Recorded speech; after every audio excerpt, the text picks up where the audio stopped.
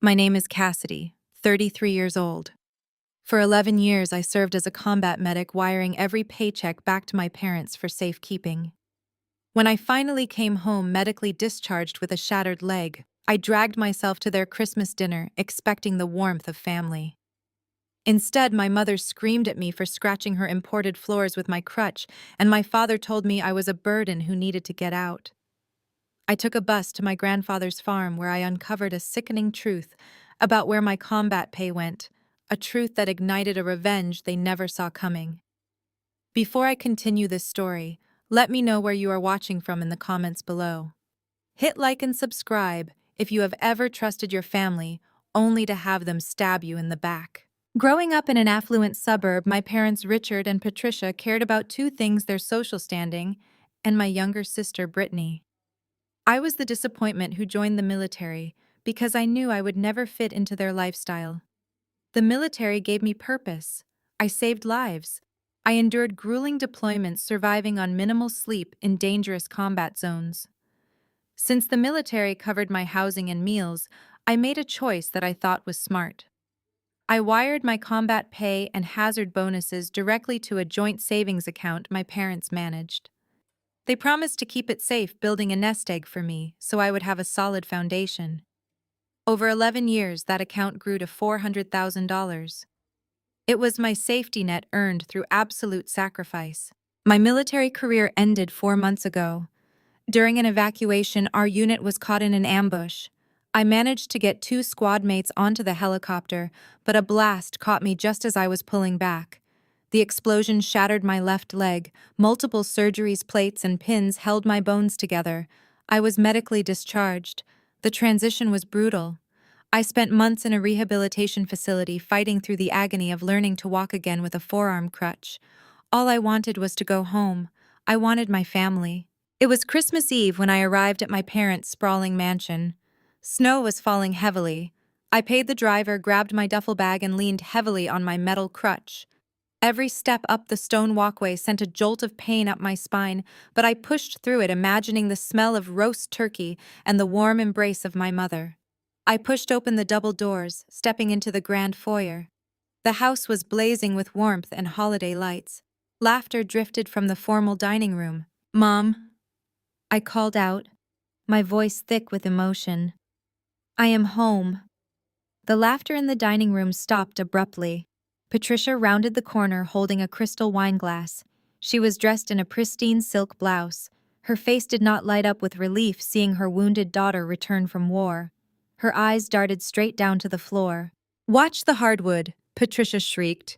"Your crutch is scratching the oak floors. Jamal paid a fortune to have them polished." "Lift it up, Cassidy. You are ruining the finish." I stood frozen in the foyer. There was no hug. There were no tears of joy. Just pure concern for a piece of wood. I looked at the floor, then back at my mother. "I spent 4 months in a military hospital, Mom," I said, my voice dangerously calm, despite the tremor in my chest. "My left leg is held together by titanium rods. I cannot exactly float across your hallway." "Well, you could have called ahead so we could put down a runner," she huffed, crossing her arms. "Close the door, you are letting the draft in." I kicked the door shut behind me. I limped past her, the rubber tip of my crutch squeaking against the pristine wood. I entered the dining room. The long mahogany table was laden with expensive catered food. My father Richard stood at the head of the table, an electric carving knife in his hand, frozen mid-slice over a massive turkey. Sitting to his right was my younger sister Brittany, rubbing her pregnant belly and wearing a diamond necklace. Next to her sat Jamal, her husband. Jamal was an African-American tech entrepreneur who always wore tailored suits and flashed a blindingly arrogant smile. He had a glass of scotch in his hand, looking at me like I was a beggar who had wandered into an exclusive restaurant. "Cassidy," my father said, his tone stiff and formal. "We were not expecting you until the new year." "The medical board released me early," I replied, leaning on my crutch. "I need to schedule 2 reconstructive surgeries. I need my money, Dad." The room went silent. Jamal took a slow sip of his scotch, a smirk playing on his lips. Brittany looked very interested in her manicured nails. Patricia hurried into the room behind me, her heels clicking sharply. Do not start talking about finances the minute you walk in the door, Patricia scolded. We are having a family dinner. I am not talking about finances. I am talking about my life. I shot back, keeping my eyes locked on my father. 11 years of combat pay. Exactly $400,000.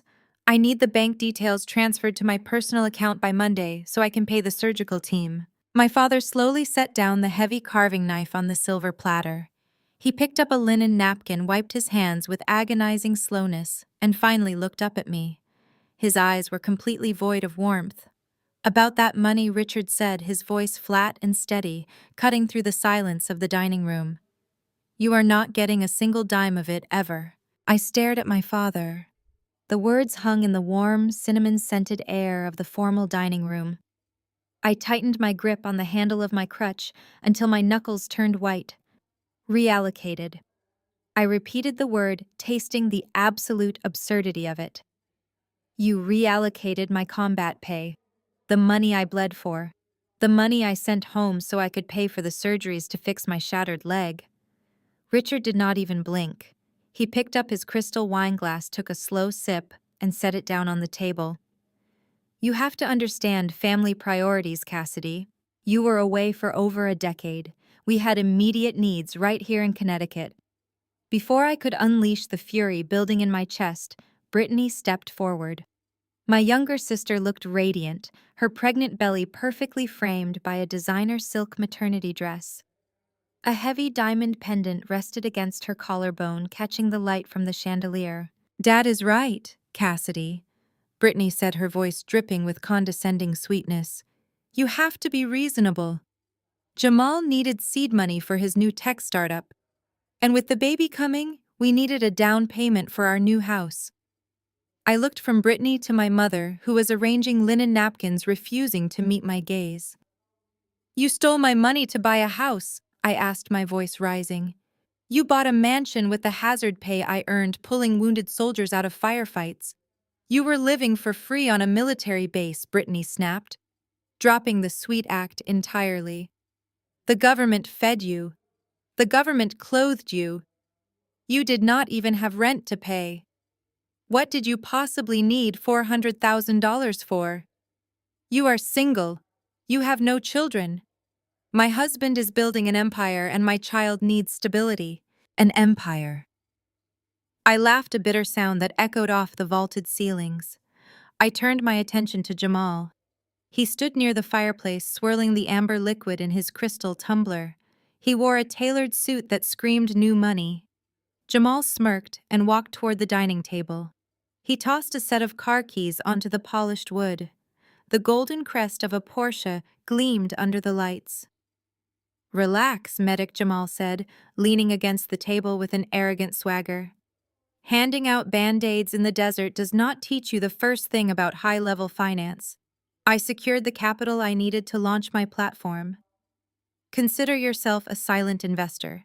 I will pay you back with interest when my company goes public next year. I stared at the keys, then at his custom leather shoes, and finally at his smug expression. He had used my blood money to play venture capitalist and buy luxury sports cars. I limped forward, ignoring the shooting pain in my leg. I snatched the Porsche keys off the table. The heavy metal felt cold in my hand.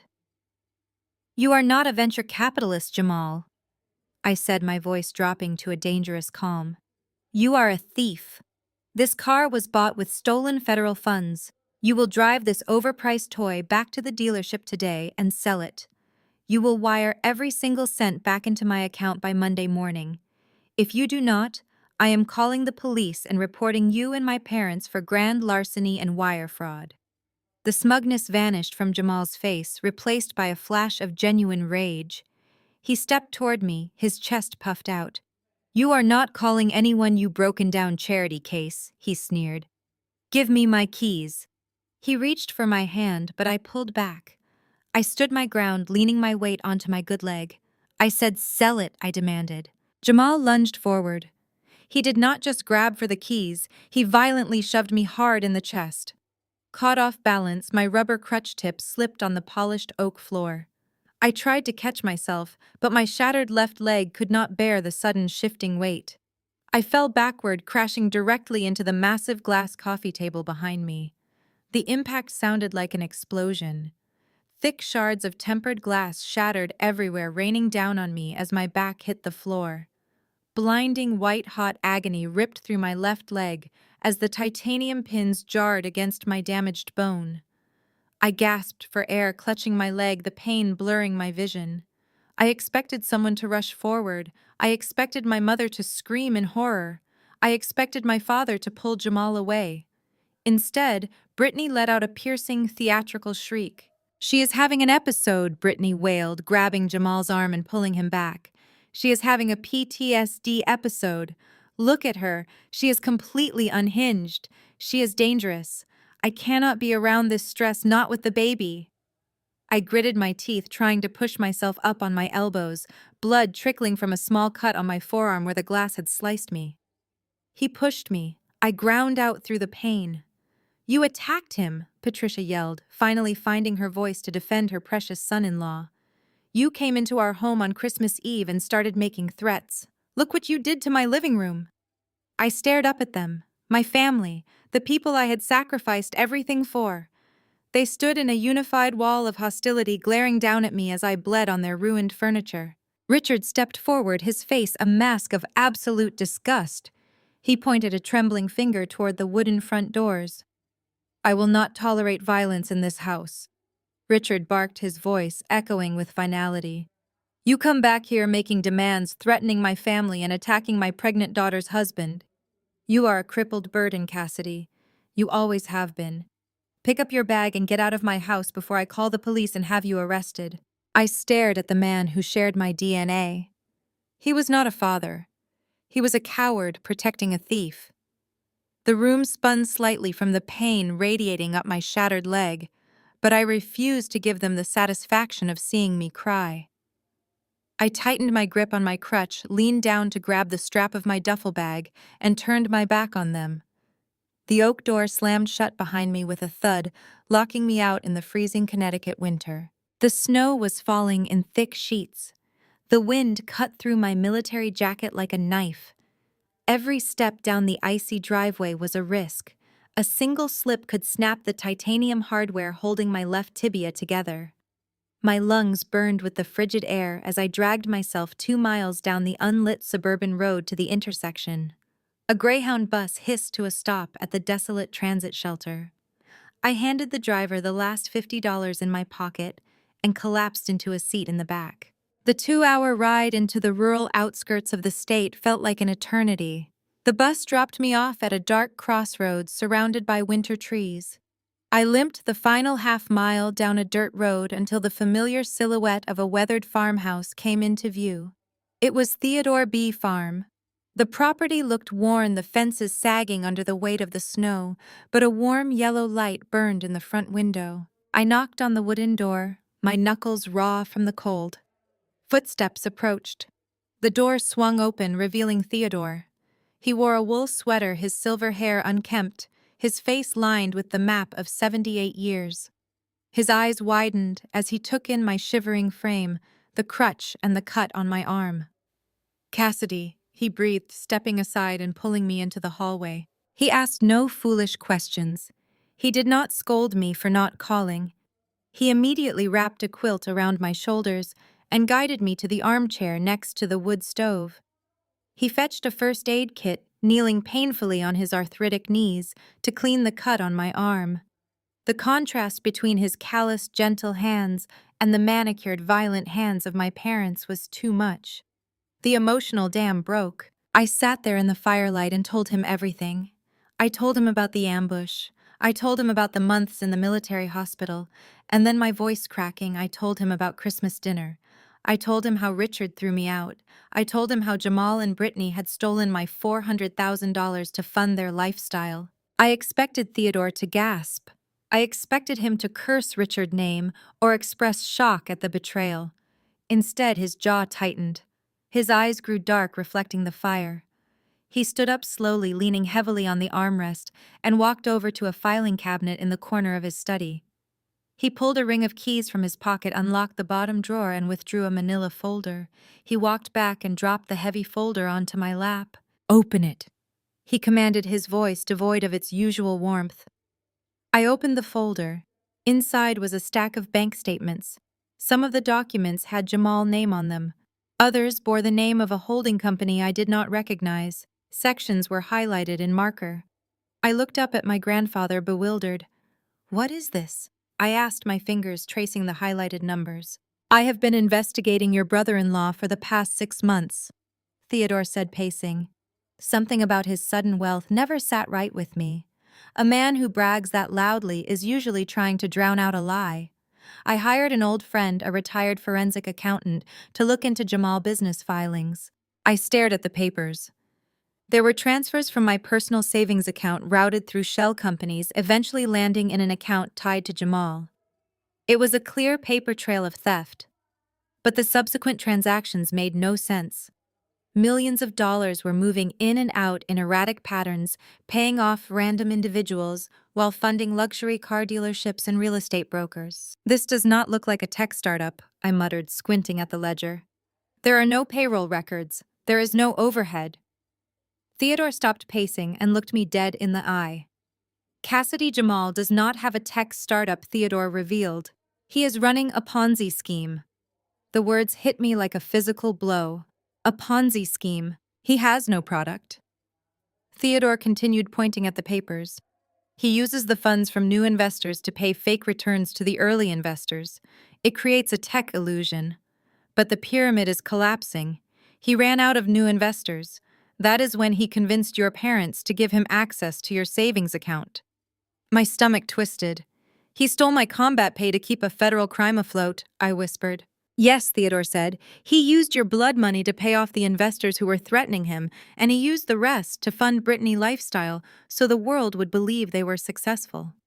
I gripped the arms of the chair. Richard gave him the authorization.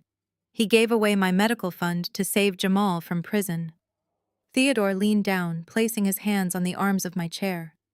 His face was inches from mine, and the sorrow in his eyes was absolute. "It is worse than that, Cassidy," he said softly. "Your father did not just give him the authorization. Your parents are investors. Richard and Patricia gave Jamal their retirement savings 2 years ago. Jamal told them the only way they would ever get paid back was if they let him drain your account to keep the scam alive. Your parents know everything." The silence in my grandfather's study was suffocating. I stared at the bank statements, the reality of my parents' complicity crushing whatever hope I had left. They had traded my physical sacrifice for their financial survival. I slept on the worn leather sofa that night, my leg throbbing, my mind racing with betrayal. The next morning arrived with a violent, repetitive pounding on the heavy oak front door. I jolted awake. The sun was barely up, casting long gray shadows across the frost-covered farm. I grabbed my crutch, hauling myself upright, every muscle protesting the cold. Before I could reach the hallway, Theodore was already pulling open the heavy door. Standing on the porch, wrapped in a designer cashmere coat and shivering dramatically, was my mother. Beside her stood Jamal, wearing a smug grin and a sharp overcoat that looked ridiculously out of place against the backdrop of tractors and dormant bee boxes. "What are you doing here?" Theodore demanded, his voice thick with sleep and irritation. Patricia stepped back, looking at the muddy porch boards with absolute disdain. "We did not come to socialize, Dad," she said, pulling her coat tighter. "We came to handle business." "You should have answered your phone." Jamal stepped past her, not waiting for an invitation. He pulled a thick, stapled document from his leather briefcase and slapped it directly against the center of the wooden door. The bold black letters at the top made my stomach plummet. It was a notice of foreclosure. "You have 30 days to vacate the premises, old man," Jamal said, tapping the paper with his index finger. "The bank is calling in the note." I pushed past my grandfather, stepping onto the freezing porch. "What note?" I demanded, gripping my crutch. "What are you talking about?" Jamal turned to me, his smile widening into a predatory beam. "Oh, did the war hero not check the public records? 2 years ago, your grandfather here wanted to be supportive of my new tech venture. He signed a collateral agreement to back a business loan for my company.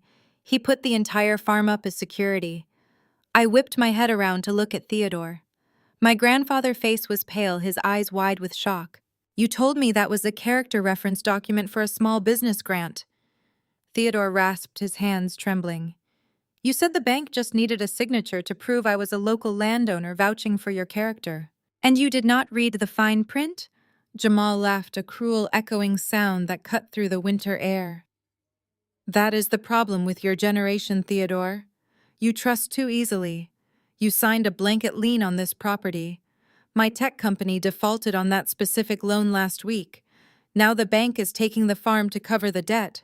He tricked you, Dad, Patricia said, stepping forward with an exasperated sigh. Jamal did what he had to do to secure capital. You are holding on to a dying piece of land anyway. You are 78 years old. You are constantly sick. Look at you.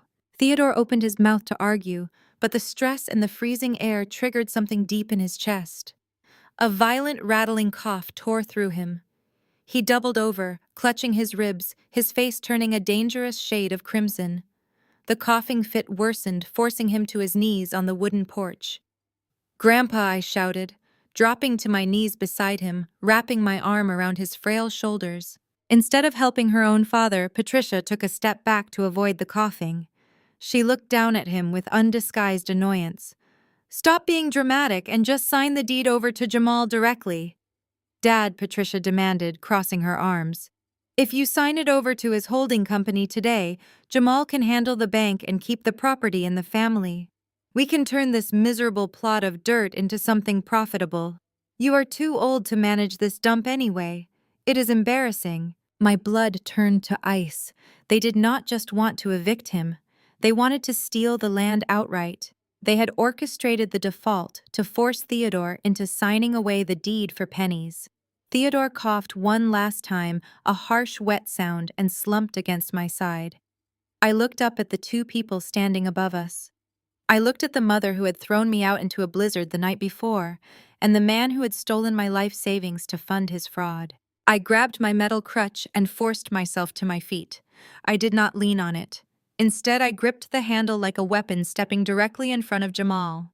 I drove the heavy rubber tip of the crutch hard into the frozen dirt just inches from his expensive leather shoes. You listen to me very carefully, I said, my voice dropping an octave, carrying the sharp, unmistakable tone of a commanding officer in a combat zone. If you take one more step onto this porch, Jamal, you will leave in an ambulance. Jamal smirked, but he took a half step back, his eyes darting to the heavy metal shaft of my crutch. You cannot threaten me, Cassidy. I have the law on my side. You have 30 days, I shot back, stepping closer, closing the distance until he was forced to back down the porch steps. Get off this property, both of you. Patricia scoffed, shaking her head. You are fighting a losing battle, Cassidy. You have no money, you have no home, and now you are going to lose this farm. Let us go, Jamal. The smell of this place is making me nauseous. Jamal adjusted his coat, pointing a finger at me. 30 days, medic. Enjoy the cold while it lasts. They turned and walked back to their pristine SUV. I stood on the porch, the freezing wind whipping my hair, and watched until their taillights disappeared down the dirt road. The silence returned to the farm, heavy and oppressive. We had 30 days before the bank took everything Theodore had built. I had no money to fight them. I had no resources. The crushing reality of our situation settled over me. I turned back to my grandfather. He was still kneeling on the porch boards, breathing heavily. I reached down to help him up, my heart breaking at how frail he felt under my hands. As I pulled him to his feet, Theodore wiped his mouth with the back of his hand. A bright smear of blood stained his pale skin. He looked at the blood, then looked out at the empty driveway where my mother and Jamal had just been standing. He did not look defeated. He did not look like an old man who had just lost his home. His eyes narrowed, burning with a fierce, sudden intensity that startled me. They think they have won, Theodore said, his voice dropping to a gravelly whisper. They think this is just a miserable plot of dirt. He grabbed my arm, his grip surprisingly strong. Follow me to the cellar. I stared at my grandfather, bewildered by the sudden shift in his demeanor. The frail, coughing old man had vanished, replaced by someone sharp, determined, and radiating absolute authority. I gripped my crutch and followed him around the side of the wraparound porch, my boots sinking deep into the fresh snow. The freezing wind whipped at my thin jacket, but Theodore moved with a renewed, almost frantic energy. He bypassed the main house entirely and headed straight for the large, weathered barn that sat at the edge of the sprawling property. I struggled to keep up my thigh muscles, screaming in protest with every lopsided step. Inside the barn, the smell of dry hay and old motor oil hung heavy in the freezing air. Theodore walked right past the rusted tractor and stopped at what looked like a standard heavy wooden storm cellar door, set flush into the concrete floor. He knelt down and pulled back a deceptive layer of dirty canvas tarp. Underneath the fabric was not a rusty padlock or a heavy iron latch. It was a sleek digital biometric scanner. He pressed his thumb against the glowing green glass. A heavy mechanical clunk echoed through the empty barn, vibrating up through the soles of my boots. The steel-reinforced doors hissed open on pneumatic hinges, revealing a brilliantly lit, pristine white staircase. I stared at him, my heart pounding against my ribs. "What is down there?" I asked, my voice echoing in the cavernous barn. "My life work," he replied simply, gesturing for me to descend. I navigated the stairs carefully, leaning heavily on the handrail. As we descended beneath the frozen earth, the air grew significantly warmer. It carried a sterile, filtered scent, completely unlike the dusty agricultural smell of the barn above. When I reached the bottom landing, my jaw dropped. We were not standing in a damp root cellar filled with mason jars and winter squash. We had stepped into a state-of-the-art climate-controlled biological laboratory. Gleaming stainless steel tables lined the walls, covered with high-powered microscopes, humming centrifuges, and digital monitoring equipment. The air vibrated with the low, steady sound of heavy-duty industrial filtration systems. In the center of the massive underground room stood 3 reinforced transparent environmental enclosures. Inside them, thousands of bees buzzed around specialized synthetic hives, illuminated by automated ultraviolet spectrum lights. I stood completely frozen, leaning my weight onto my crutch. I looked around the pristine, high-tech environment, completely unable to reconcile this hidden facility with the struggling, debt-ridden farmer my parents thought Theodore was. "You have a biolab under the barn," I managed to say, my voice barely a whisper in the sterile room. Theodore walked over to a stainless steel refrigeration unit. He punched in a short code and pulled open the heavy glass door.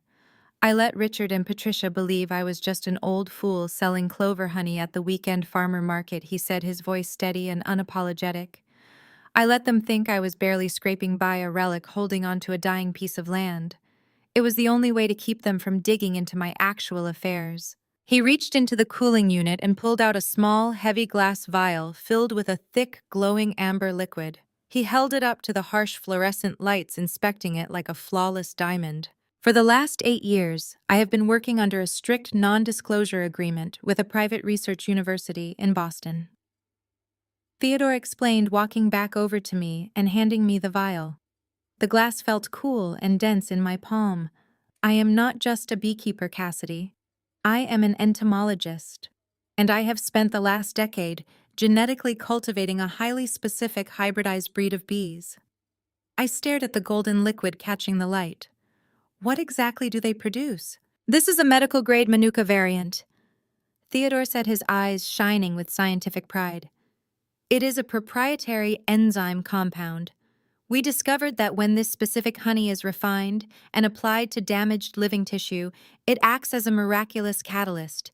It accelerates cellular regeneration by over 400%. More importantly, it creates an impenetrable antibacterial barrier that completely prevents severe infections in deep tissue wounds, even against highly antibiotic-resistant strains." My combat medic training instantly kicked into high gear. I stared at the vial, my mind racing through the horrific injuries I had treated in the desert. I saw the faces of the soldiers I had scrambled to save. Shrapnel wounds ripped open by roadside bombs, severe blast burns that refused to heal, amputations that became critically infected before we could ever manage to get the wounded soldiers to a sterile surgical unit. An antibacterial compound that rapidly accelerated cellular growth was not just an impressive medical breakthrough, it was the absolute holy grail of battlefield trauma care. Do you understand what you are holding in your hand right now? I asked, looking up at him, my professional shock masking the physical pain in my leg. The Department of Defense would tear down doors for this level of wound care. The Veterans Affairs hospitals would mandate this on every single surgical ward. This is not just a farm project, Grandpa. This is a multi-million-dollar medical asset. Theodore smiled a sharp, knowing expression that made him look decades younger. The university valuation team estimates the initial patent acquisition at closer to $500 million, he corrected me calmly. The clinical trials concluded successfully 3 weeks ago. The Department of Defense has already drafted an exclusive procurement contract. My mind spun out of control. $500 million. My grandfather was sitting on a biological gold mine that would revolutionize modern medicine. But the reality of our current situation crashed back down on me, shattering the momentary awe. I looked at the metal crutch, digging painfully into my armpit, remembering the foreclosure notice Jamal had just slapped on the front door 30 minutes ago. "If you have all of this," I demanded, gesturing wildly to the multi-million-dollar facility surrounding us, "why did you let Jamal foreclose on the farm? Why did you ever sign that collateral agreement 2 years ago? They are going to take the land. They are going to take the lab. They will take the bees." Theodore chuckled. It was a dry, raspy sound that held absolutely zero fear or panic. He turned away from the observation hives and walked over to the far wall. Behind a rolling whiteboard covered in complex chemical formulas sat a massive reinforced steel safe built directly into the concrete foundation. He gripped the heavy chrome dial and spun it with practiced precision. The thick locking bolts retracted with a loud, satisfying snap. "Theodore opens a safe. I knew your parents were greedy snakes. 2 years ago, I legally transferred the patent and the true ownership of the land into a blind trust. In your name, Jamal's collateral paper is legally void." I stared at the heavy iron door of the safe, the reality of my grandfather's brilliant countermeasure washing over me. Theodore reached into the steel vault and withdrew a thick, sealed legal dossier. He placed it directly into my hands. The paper felt heavy, loaded with the weight of absolute security. Jamal collateral paper meant absolutely nothing. My grandfather had outsmarted a room full of corporate vultures without ever taking off his work boots. A profound sense of relief flooded my chest, but as I looked up to thank him, the momentary triumph faded. Theodore was leaning heavily against the concrete wall, his breath coming in shallow, ragged gasps. The confrontation on the porch had taken a devastating toll on his fragile heart. I helped him navigate the stairs back up to the house, every step a monumental effort for both of us. 3 days later, the winter morning broke with a deafening, unnatural silence. I woke up to a freezing house. I limped down the hallway to check the wood stove and stopped outside Theodore's bedroom. The door was slightly ajar. I pushed it open, calling his name softly, bringing him his morning tea. He did not answer. Theodore lay perfectly still under the heavy patchwork quilt. His eyes closed, his face completely relaxed. The painful, rattling breath that had accompanied him for months was gone. He had passed away peacefully in his sleep. I stood in the doorway, the ceramic mug trembling in my grip, until hot tea spilled over my knuckles. I had just found the only family member who truly loved me, and now he was gone. The grief hit me like a physical strike to the ribs. But as I looked at his peaceful face, the sorrow hardened into something cold and sharp. I had a war to finish. The funeral took place on a bleak, unforgiving Tuesday. A freezing rain lashed down on the small rural cemetery, turning the ground into a treacherous slick of mud and dead grass. The sky was a bruised, solid gray, weeping relentlessly over the open grave. I stood alone beneath a small green canvas canopy, my coat soaked through, leaning heavily on my metal crutch. The university research team and a handful of neighboring farmers stood respectfully in the distance, their heads bowed against the bitter wind. The solemn, quiet dignity of the moment was shattered by the obnoxious crunch of tires speeding up the gravel path. A pristine black luxury SUV roared right up to the edge of the burial site, completely ignoring the cemetery parking rules. The heavy doors swung open. Richard, Patricia, Brittany, and Jamal stepped out into the storm. They deployed massive, oversized golf umbrellas, shielding their expensive designer coats from the weather. They were dressed in impeccable high-fashion black attire, looking exactly like they were attending an exclusive gallery opening rather than burying a family patriarch. Brittany immediately began whining, clutching her pregnant belly as she picked her way through the wet grass. She complained loudly that the mud was ruining her custom leather boots and that the damp air was destroying her blowout. Patricia scanned the modest, heartfelt floral arrangements left by the local farmers, her lip curling in undisguised disgust at the lack of expensive imported lilies. They marched straight toward the canopy, bypassing the other mourners, without a single glance of acknowledgement. They did not come to mourn. They came to gloat. I gripped the handle of my crutch and stepped forward to place a single white rose on the polished wood of the casket. Before I could reach the grave, Richard lunged forward. He planted his large frame directly in my path, using his broad shoulders to physically block me from taking another step. "You have no right to be here, you failure!" Richard spat, his voice low and vicious, cutting through the sound of the driving rain. "You caused nothing but stress for this family. You come back from the desert completely broken, demanding money, causing scenes in my house, and now you have undoubtedly driven him to an early grave with your endless drama." I stared up at my father. The rain slicked my hair against my freezing cheeks, but I did not blink. "Move aside, Richard," I commanded, keeping my voice dangerously steady. "I am burying my grandfather. You are burying a foolish old man who did not know how to handle his own finances," Patricia snapped, stepping out from beneath her umbrella just enough to glare at me. "And you are doing it on our time. We have urgent business to handle here today." Richard crossed his arms, staring down at my shattered leg with absolute contempt. "By the way, the bank takes the farm tomorrow. We already spoke with the regional manager this morning. Your little sanctuary is officially gone." Jamal stepped out from behind my father, a triumphant, blinding smirk plastered across his face. Beside him stood a short, balding man in an ill-fitting, cheap gray suit. The man clutched a leather briefcase to his chest, looking nervously at the mud. He possessed the unmistakable aura of a bottom-feeding corporate lawyer. Jamal reached into his tailored overcoat and pulled out a crisp, aggressively folded document. He waved it directly in my face, the paper snapping sharply in the wind. "This is a legal eviction notice," Cassidy Jamal boasted, his voice loud enough for the distant mourners to hear. "The 30 days were a courtesy for the old man. But since he is dead, the property transfers immediately to the creditors. My holding company bought the debt at a massive discount at dawn.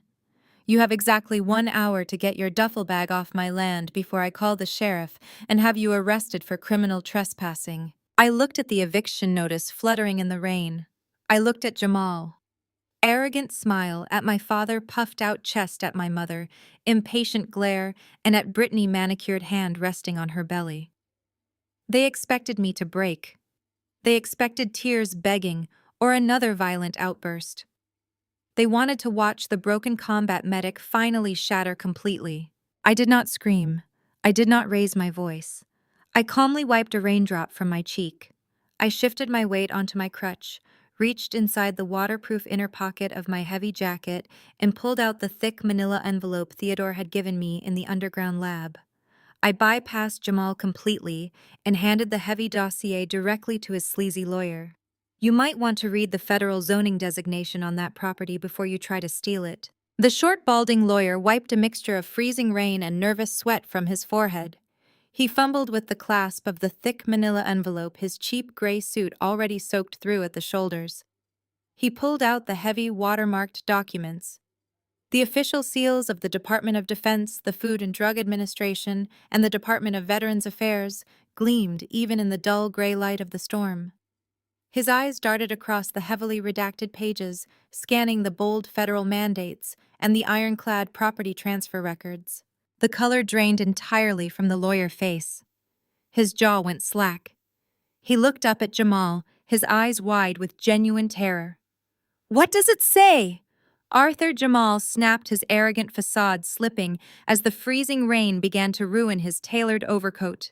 Read the eviction notice to her. Tell her she has 1 hour to vacate. Mr. Davis, the lawyer, stammered, his hands shaking so violently the federal documents rattled against each other.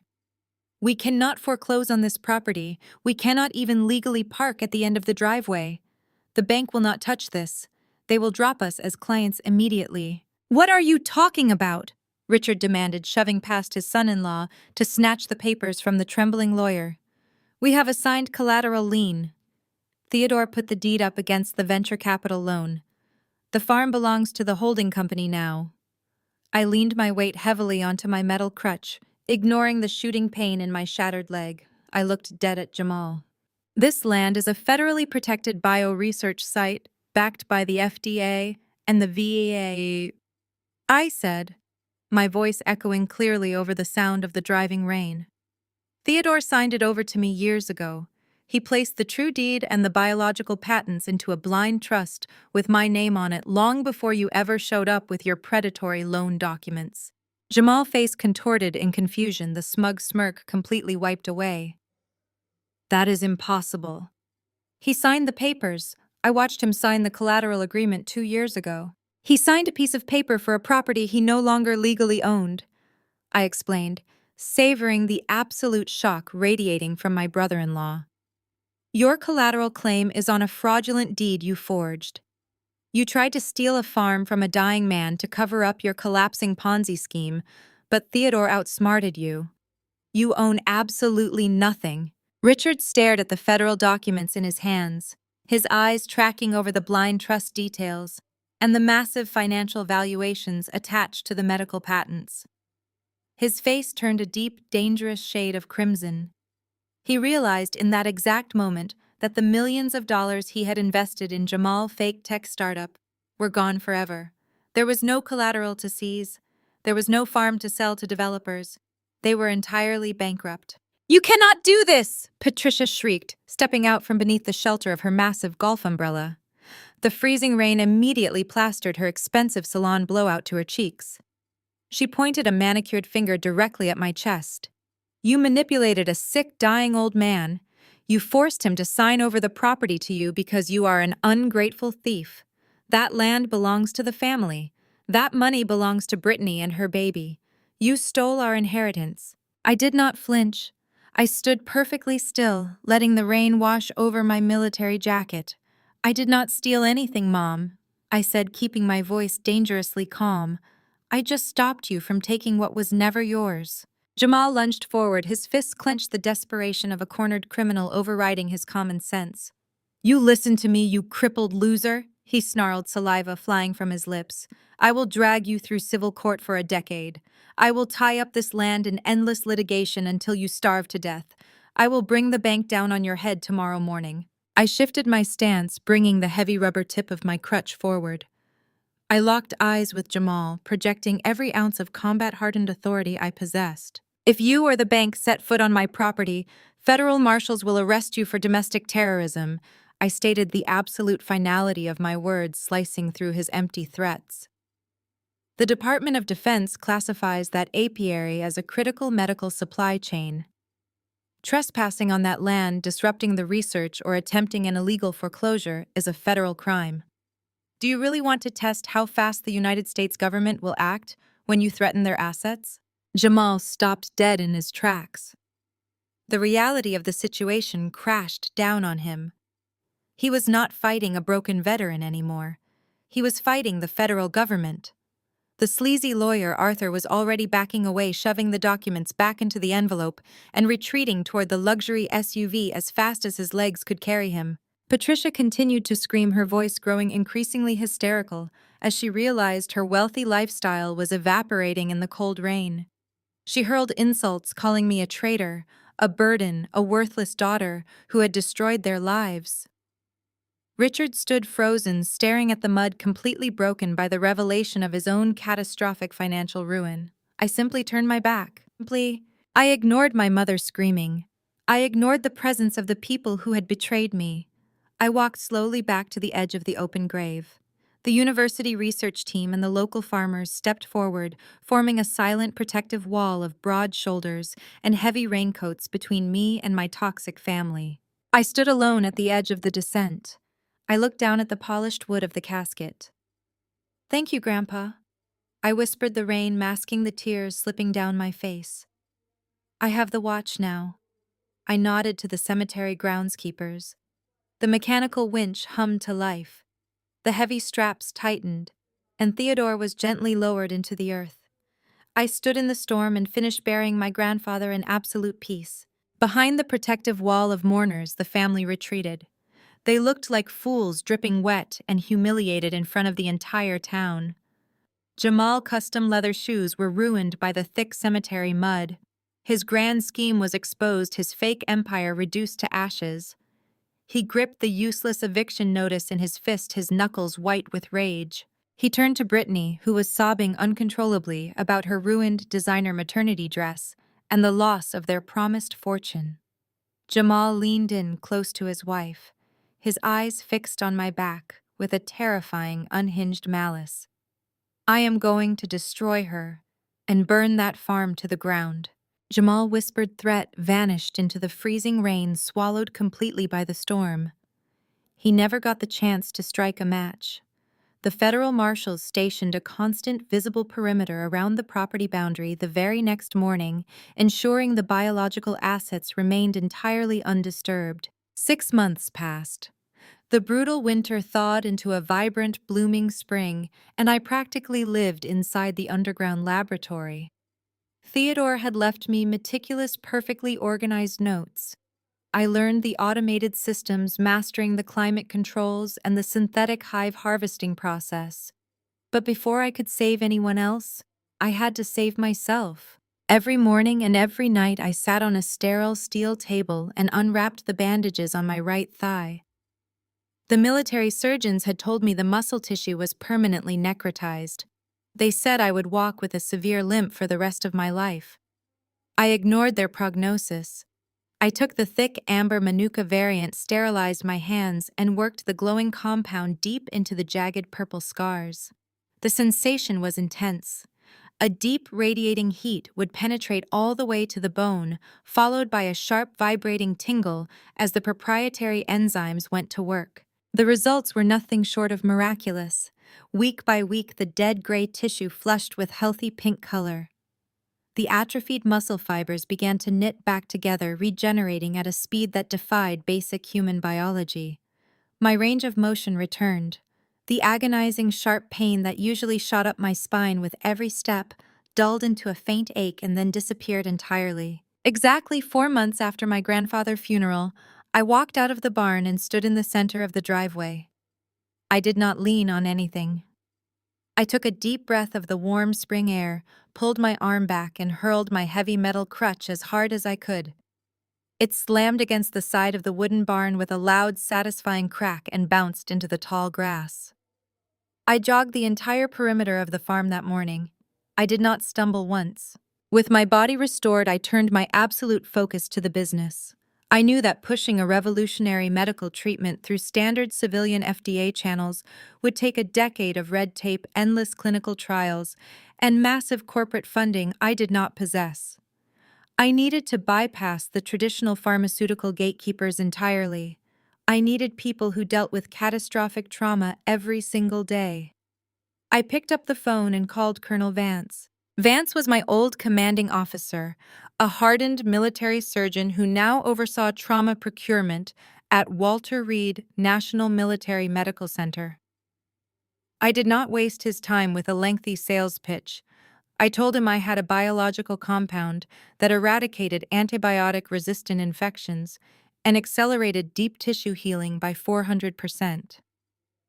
I packed a dozen sealed, sterile prototypes of my newly designed bandages and shipped them via secure military courier directly to his desk. I gave him one instruction: put this on your worst-case scenario. 3 days later, my secure line rang. It was Colonel Vance. His voice, normally a gruff, emotionless bark, was shaking. He had applied my bandage to a young corporal suffering from a severe, necrotizing blast burn that had resisted every known heavy-duty antibiotic in the hospital arsenal. Within 48 hours of applying my compound, the infection was completely eradicated. Healthy cellular growth had already begun. The military machine moved with terrifying efficiency. When the Department of Defense realizes you hold the key to saving thousands of amputations and preventing battlefield sepsis, red tape ceases to exist. Top military brass and VA hospital directors flew directly to my farm. I stood in the underground biolab wearing a sharp, tailored business suit, standing entirely on my own 2 feet, without a hint of a limp. I walked the generals through the automated harvesting process. I showed them the pristine, scalable nature of the operation. The negotiations were swift and decisive. I officially incorporated my company and branded the product Healing Sting. I bypassed the civilian market entirely and signed an exclusive fast-tracked procurement deal directly with the Department of Veterans Affairs and the Department of Defense. The contract was worth $15 million. Within weeks, the operation expanded. I hired top-tier entomologists and specialized lab technicians to manage the hives. I secured a secondary manufacturing facility in Boston to produce the bandages. The story of a wounded combat medic returning home to cure her own injuries and revolutionizing military trauma care was too good for the press to ignore. I was featured on the cover of the National Medical Business Journal. The photograph showed me standing in the sunlit apiary, looking directly into the camera, healthy, powerful, and absolutely unapologetic. The bold, glossy headline beneath my boots read, "The $15 million Healing Sting." Across the state inside the dining room of an exclusive, overpriced country club, Richard and Patricia were sitting in tense, humiliated silence. The last 6 months had not been kind to them. Jamal Tech Holding Company had collapsed entirely under the weight of federal fraud investigations, taking every single penny of Richard's retirement savings with it. They were social pariahs clinging desperately to their country club membership, just to maintain the illusion that they were not completely bankrupt. Patricia was nursing a cheap glass of house wine, complaining bitterly about the service, when a wealthy society friend walked past their table. The woman dropped the latest issue of the National Medical Business Journal directly onto Patricia's placemat.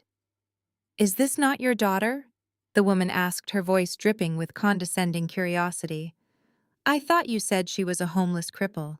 It says here she just secured a $15 million federal contract." Richard choked on his drink. Patricia snatched the magazine from the table, her eyes widening in absolute shock as she stared at my face. She read the headline twice. She looked at the figure. $15 million. The sheer magnitude of the number completely erased the memory of her screaming at me in the cemetery. The hatred and disgust vanished instantly, replaced by a predatory, desperate greed. Patricia scrambled to pull her phone from her designer handbag. Her hands were shaking so badly she dropped it twice before finally dialing my number. I was sitting in my newly renovated farmhouse office reviewing a supply chain manifest when my private line rang. I saw her name flash on the screen. I pressed accept, putting the phone on speaker without saying a word. Darling Patricia practically screamed into the receiver, her tone sickeningly sweet, vibrating with fake, breathless affection. "We just saw the magazine. We always knew you were a genius. Your father and I are just so incredibly proud of you. We are hosting a dinner for you this weekend. We have to celebrate our brilliant daughter."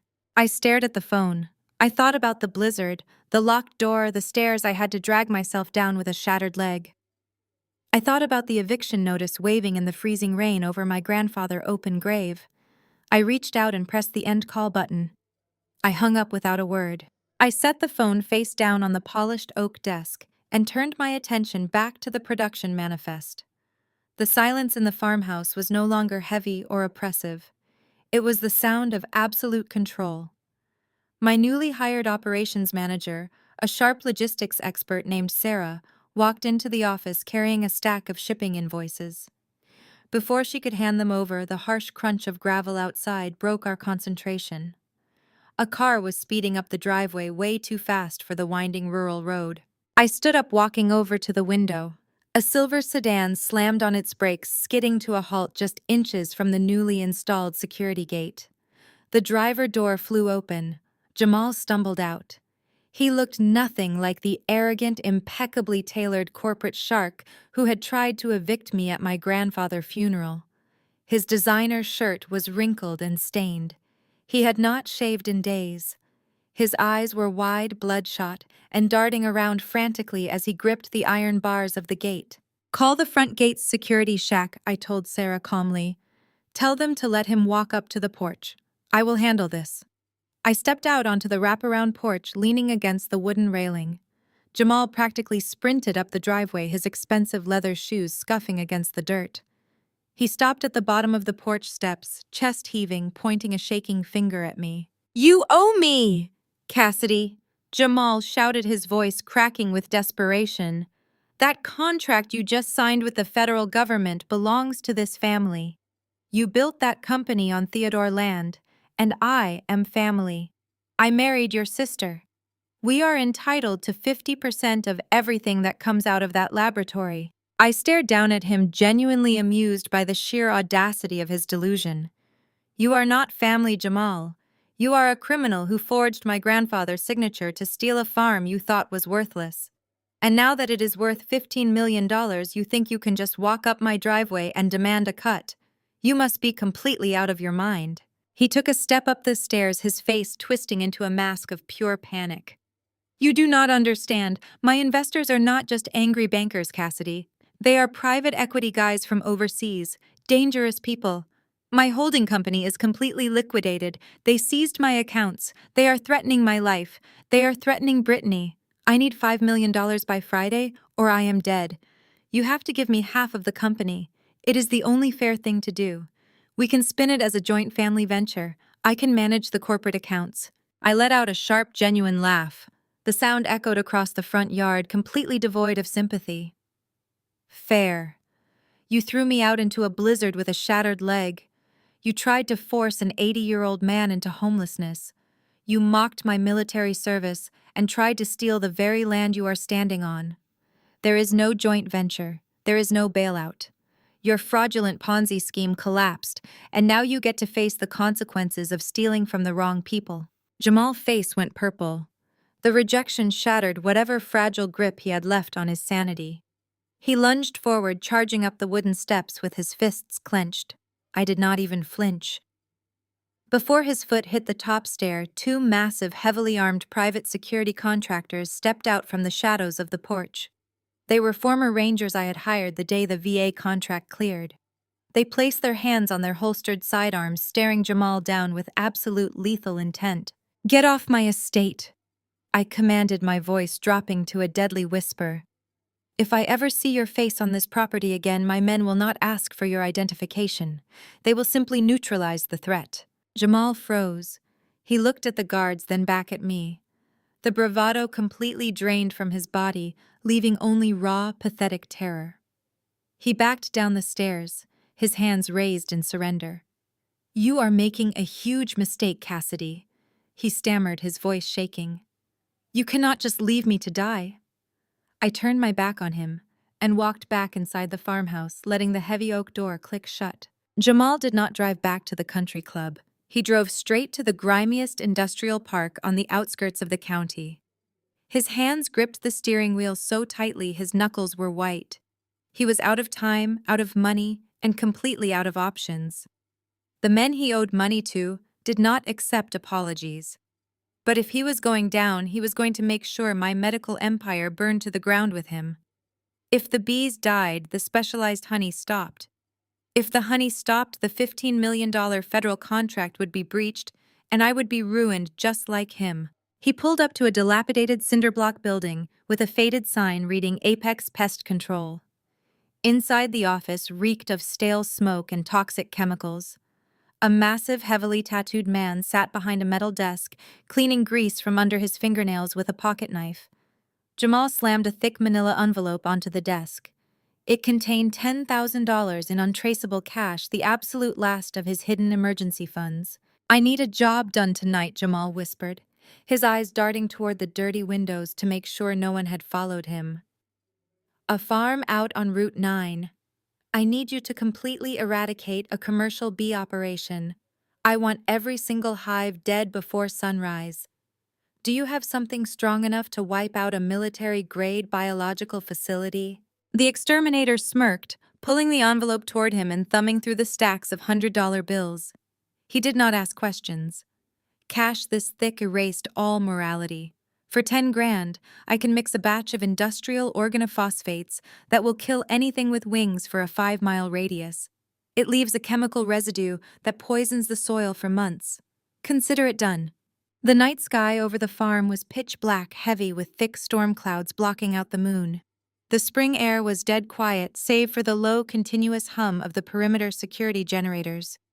At the far southern edge of the property, where the dense tree line met the reinforced steel fencing, a dark figure emerged from the woods. The saboteur slipped through the fence in the dead of night, wearing a gas mask, raising a spray tank toward the hives. The heavy mist of industrial poison blanketed the wooden boxes, seeping into the carefully constructed ventilation slats. The exterminator moved with practiced efficiency, his chemical sprayer hissing softly in the dark. He coated the primary colonies, ensuring the toxic residue settled deep into the soil and the organic wax. Once his tank ran dry, he unlatched the heavy harness, slipped back through the gap he had cut in the chain-link fence, and vanished into the dense tree line. He thought he was a ghost. He thought the night belonged to him. Sunrise brought a completely different kind of storm to my Boston manufacturing facility. I was standing on the production floor holding a clipboard and reviewing the final lot numbers for our largest military dispatch to date. 50 pallets of healing sting bandages sat shrink-wrapped and ready for transport. The loading dock doors were rolled open, the idling engines of the Department of Defense transport trucks vibrating through the concrete floor. This shipment was worth $2 million. It was destined for trauma units across 3 different continents. Then the black SUVs swarmed the loading bay. 6 federal agents piled out of the vehicles before the engines even cut off. They wore dark windbreakers with FDA emblazoned across the back in bold yellow lettering. They bypassed the military transport drivers flashing gold badges and waving thick stacks of federal injunctions. The lead inspector, a tall, grim-faced man with closely cropped gray hair, marched directly up to me. "Cassidy Davis," the inspector barked, raising his voice over the hum of the conveyor belts. "I am Inspector Vance with the Food and Drug Administration. We have a federal warrant to halt all production and seize your current inventory." I lowered my clipboard, keeping my posture completely relaxed. "On what grounds, Inspector?" "We received an anonymous, highly detailed tip early this morning," he stated, slapping a heavily redacted printed document onto a nearby packing crate. "The informant claims your raw biological material was recently exposed to industrial-grade organophosphates. They cited specific chemical compounds that match severe agricultural sabotage. We are quarantining this entire $2 million shipment pending a full hazardous materials sweep. If we find even a trace of pesticide in these bandages, your federal contracts will be immediately revoked, and you will face criminal charges for attempting to supply contaminated medical gear to the United States military." The production floor fell completely silent. The hum of the machinery was abruptly cut off by my floor manager, Sarah. The military drivers stepped back, exchanging tense looks. A contamination charge of this magnitude would not just bankrupt the company, it would send me to federal prison for a decade. I looked at the paperwork. I looked at the pallets of life-saving bandages. Then I looked the inspector dead in the eye. "You have full access to the facility, Inspector," I said, my voice projecting calm authority. "Test every single pallet. Run the raw honey through your mass spectrometers. You will not find a single drop of pesticide." The inspector frowned, clearly expecting me to panic or protest. He signaled his team, and they immediately began tearing into the shrink wrap, plunging chemical swabs into the sterile packaging. My cell phone buzzed in my jacket pocket. I stepped away from the loading dock, walking into the quiet, glass-walled management office overlooking the floor. I pulled out my phone. The caller ID flashed Brittany name. The timing was too perfect. The anonymous tip the sudden federal raid, the specific knowledge of the exact chemical used. Jamal had not just tried to kill my bees, he had orchestrated a federal ambush.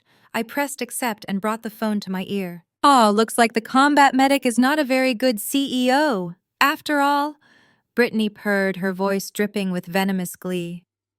The background noise of her call sounded like a busy coffee shop. She was clearly enjoying her morning latte while celebrating my supposed destruction. "News travels fast," I replied smoothly. "Jamal has friends in high places," Brittany gloated. "We heard the FDA is shutting you down. Suspected toxic contamination. That is a federal crime, Cassidy. You are going to lose the farm. You are going to lose the military contracts. You are going straight to a prison cell. Get to the point, Brittany." "We are family, Cassidy," she said, her tone shifting into a mockery of sisterly concern. "And despite how awful you have been to us, Jamal is a generous man. He is willing to buy your bankrupt company right now for $50,000. He takes over the LLC, assumes the liability, and keeps you out of a federal indictment. It is a mercy offer. You sign the farm over to us by noon, and the FDA problem magically goes away." I stood by the glass window watching the federal agents swab the pristine bandages. They were finding nothing. Jamal was an idiot.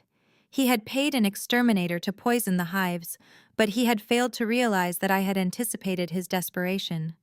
I had moved the primary production hives into the subterranean climate-controlled bunker 3 days ago. The wooden boxes sitting out in the southern field were entirely empty, filled with nothing but inactive wax and decoy frames. The exterminator had spent the night chemically bombing ghost hives. "Your husband is a desperate, sloppy criminal," I said, my voice dropping to a freezing chill. "Tell Jamal to keep his 50 grand. He is going to need it for his defense attorney." I ended the call before she could shriek a response. I did not panic. I did not rush out to beg the FDA inspectors for mercy. I simply walked over to my heavy oak desk, sat down in my leather chair, and smiled. I opened my laptop and entered a heavily encrypted password. The screen flared to life, connecting directly to the farm's secure server. When I secured the $15 million Department of Defense contract, I had not just upgraded my manufacturing equipment, I had upgraded my security. The military generals had insisted on protecting their supply chain. They had authorized the installation of classified military-grade surveillance tech across the entire perimeter of the farm.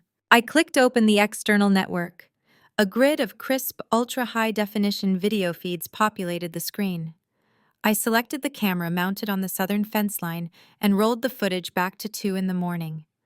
The video was stunningly clear. The 4K night vision stripped away the darkness, rendering the scene in sharp daylight clarity. I watched the saboteur cut the fence. I watched him spray the empty decoy hives. But the best part came just as he finished. Thinking he was completely hidden by the storm clouds and the dense woods, the exterminator reached up and pulled off his heavy gas mask to wipe the sweat from his face. The military-grade lens zoomed in automatically, utilizing facial recognition tracking. It captured his face in perfect, undeniable detail.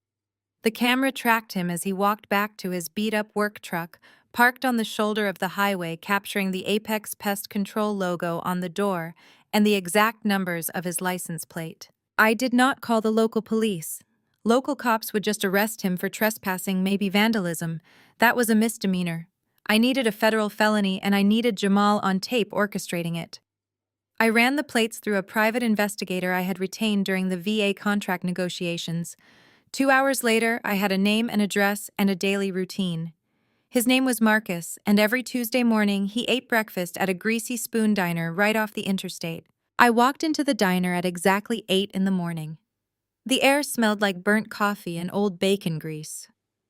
Marcus was sitting in a corner booth shoving scrambled eggs into his mouth. He looked up, his eyes narrowing as I slid into the vinyl booth directly across from him. "Can I help you, lady?" he grunted, reaching for his coffee mug. I did not say a word. I reached inside my tailored jacket, pulled out a thick manila envelope, and tipped it upside down over his plate. A dozen high-gloss 8x10 photographs spilled across the formica table. The crisp 4K resolution caught the diner fluorescent lighting perfectly.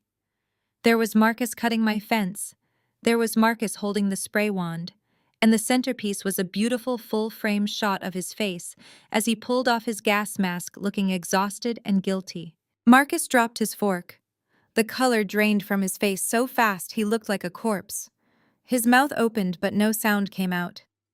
"You used an industrial organophosphate on what you thought was a commercial apiary," I said, keeping my voice low and pleasant.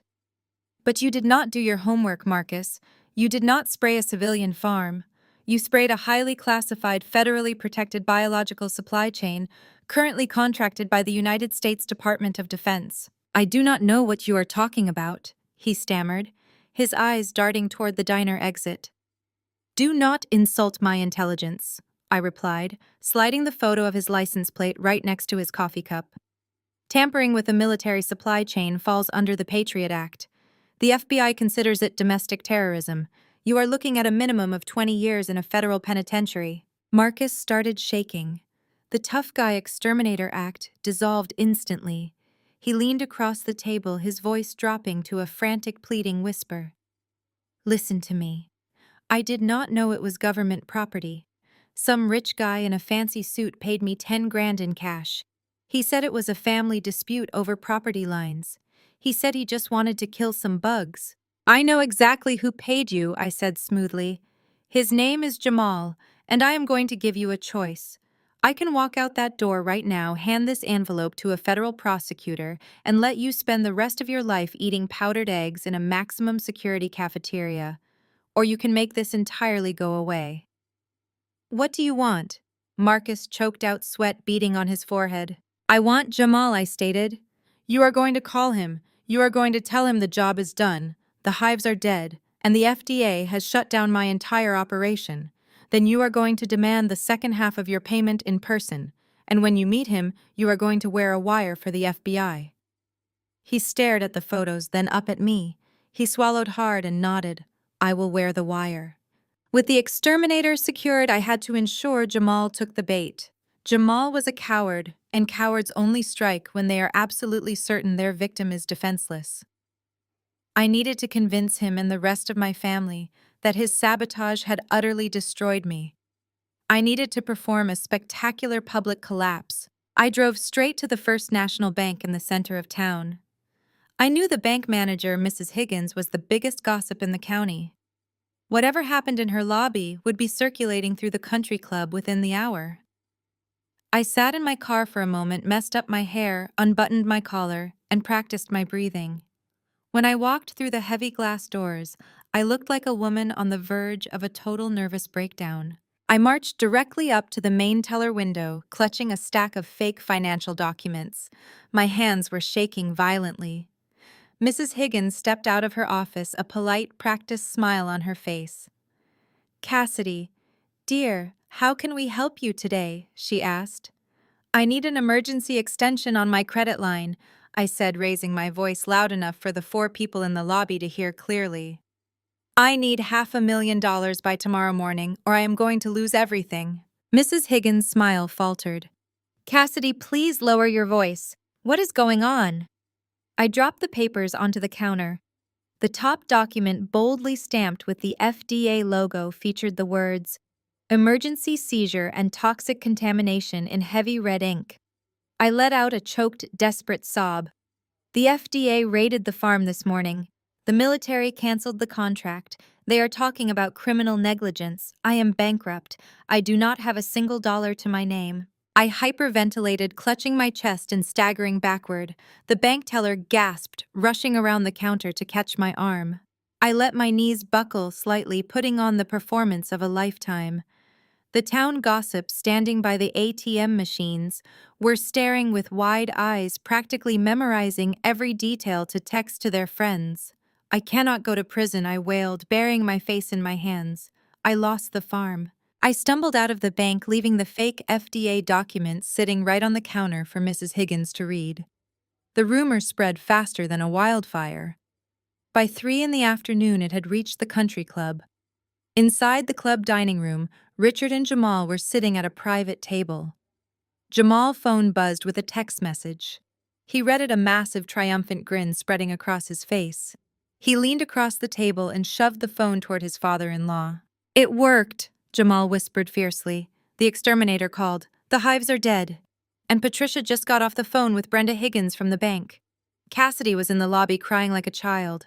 The FDA shut her down. She is completely bankrupt. Richard's eyes lit up with predatory excitement.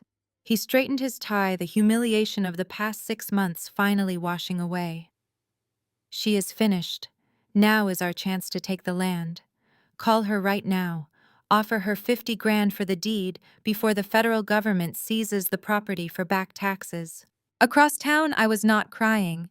I was sitting inside a nondescript black van parked in an abandoned lot, drinking a bottle of water. Special Agent Miller from the FBI sat beside me, testing the audio feed on the digital transmitter he had just taped to Marcus' chest.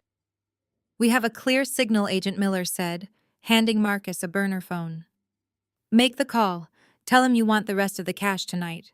I leaned back against the van wall, watching Marcus dial Jamal's number. I prepared the ultimate bait. Marcus placed the burner phone to his ear, his hand trembling slightly as the line rang. Inside the dark surveillance van, Agent Miller adjusted the audio receiver, giving Marcus a sharp nod to proceed. I sat silently in the shadows, my arms crossed, watching the exterminator sweat under the glow of the electronic monitors. The line clicked open. Jamal's voice filtered through the speaker, thick with arrogant satisfaction. Is it done? Jamal demanded, not bothering with a greeting. Yeah, it is done, Marcus grunted, playing his part flawlessly. I dumped the whole tank right into the primary ventilation slats. Nothing is surviving that. The FDA is going to find a toxic nightmare in those boxes. I did exactly what you paid me for. Now I want the rest of my cash. There was a smug chuckle on the other end of the line. Relax, Marcus. You will get your money. Meet me at the abandoned lumberyard off County Road 4 at midnight tonight. Come alone. I will have your 5 grand in an envelope. Do not contact this number again. The line went dead. Agent Miller pulled off his headphones and smiled, a predatory grin spreading across his face. We have him, Miller stated, tapping the recording drive. Conspiracy to commit corporate sabotage, tampering with a federal supply chain, and we will catch him red-handed, delivering the payoff tonight. We can sweep him up by dawn. I looked at the audio levels glowing on the screen. It is not enough, I said, my voice cold and flat in the tight space of the van. Miller frowned, turning to face me. Cassidy, we have ironclad proof. He is going to federal prison. He will hire a team of corporate defense attorneys, I replied, staring at the dark monitor. He will claim Marcus is lying. He will tie it up in court for years, drain whatever hidden accounts he has left, and try to drag my family down with him. A prison sentence does not undo the damage he has caused. I want him entirely bankrupted. I want Richard and Patricia to realize exactly what they bet their lives on. Give me 48 hours before you arrest him, Agent Miller. I am going to make them risk everything they have left. Miller studied my face for a long moment, recognizing the absolute finality in my tone. He slowly nodded. 48 hours, Cassidy. Then we move in. By noon the next day, I was sitting in a plush leather booth at the Oak Room, the most exclusive dining club in the county. It was the epicenter of local high society gossip. I wore a wrinkled blouse, my hair deliberately messy, my posture slumped. I looked exactly like a woman whose entire world was collapsing. Sitting 2 tables away was Evelyn Vance, my mother's closest confidant and the most notorious gossip in the entire state. Evelyn was pretending to read a menu, but her eyes kept darting in my direction, absorbing every detail of my disheveled appearance. I pulled my phone from my pocket and dialed Sarah, my operations manager. Sarah, I need you to just listen and agree with whatever I say, I whispered into the phone. I waited a beat, took a deep, jagged breath, and then let my voice rise perfectly, pitching it so the panic echoed across the quiet dining room. I do not care what the initial appraisal said, I cried out, clutching my forehead in fake despair. The FDA has a lock on my entire production line. They are threatening to seize the farm by the end of the week. If I do not pay these federal fines, I am going to prison. Evelyn completely abandoned her menu, leaning dangerously far out of her booth to eavesdrop. Listen to me. I continued, my voice cracking with manufactured hysteria. Put the West parcel up for sale immediately. Yes, all 500 acres. I know it is zoned for commercial development. I know it is worth at least 30 million. I do not care. List it quietly off-market for $8 million. A complete fire sale. It has to be an all-cash buyer, and the deal has to close by Thursday afternoon, or the bank takes everything. Just find a buyer.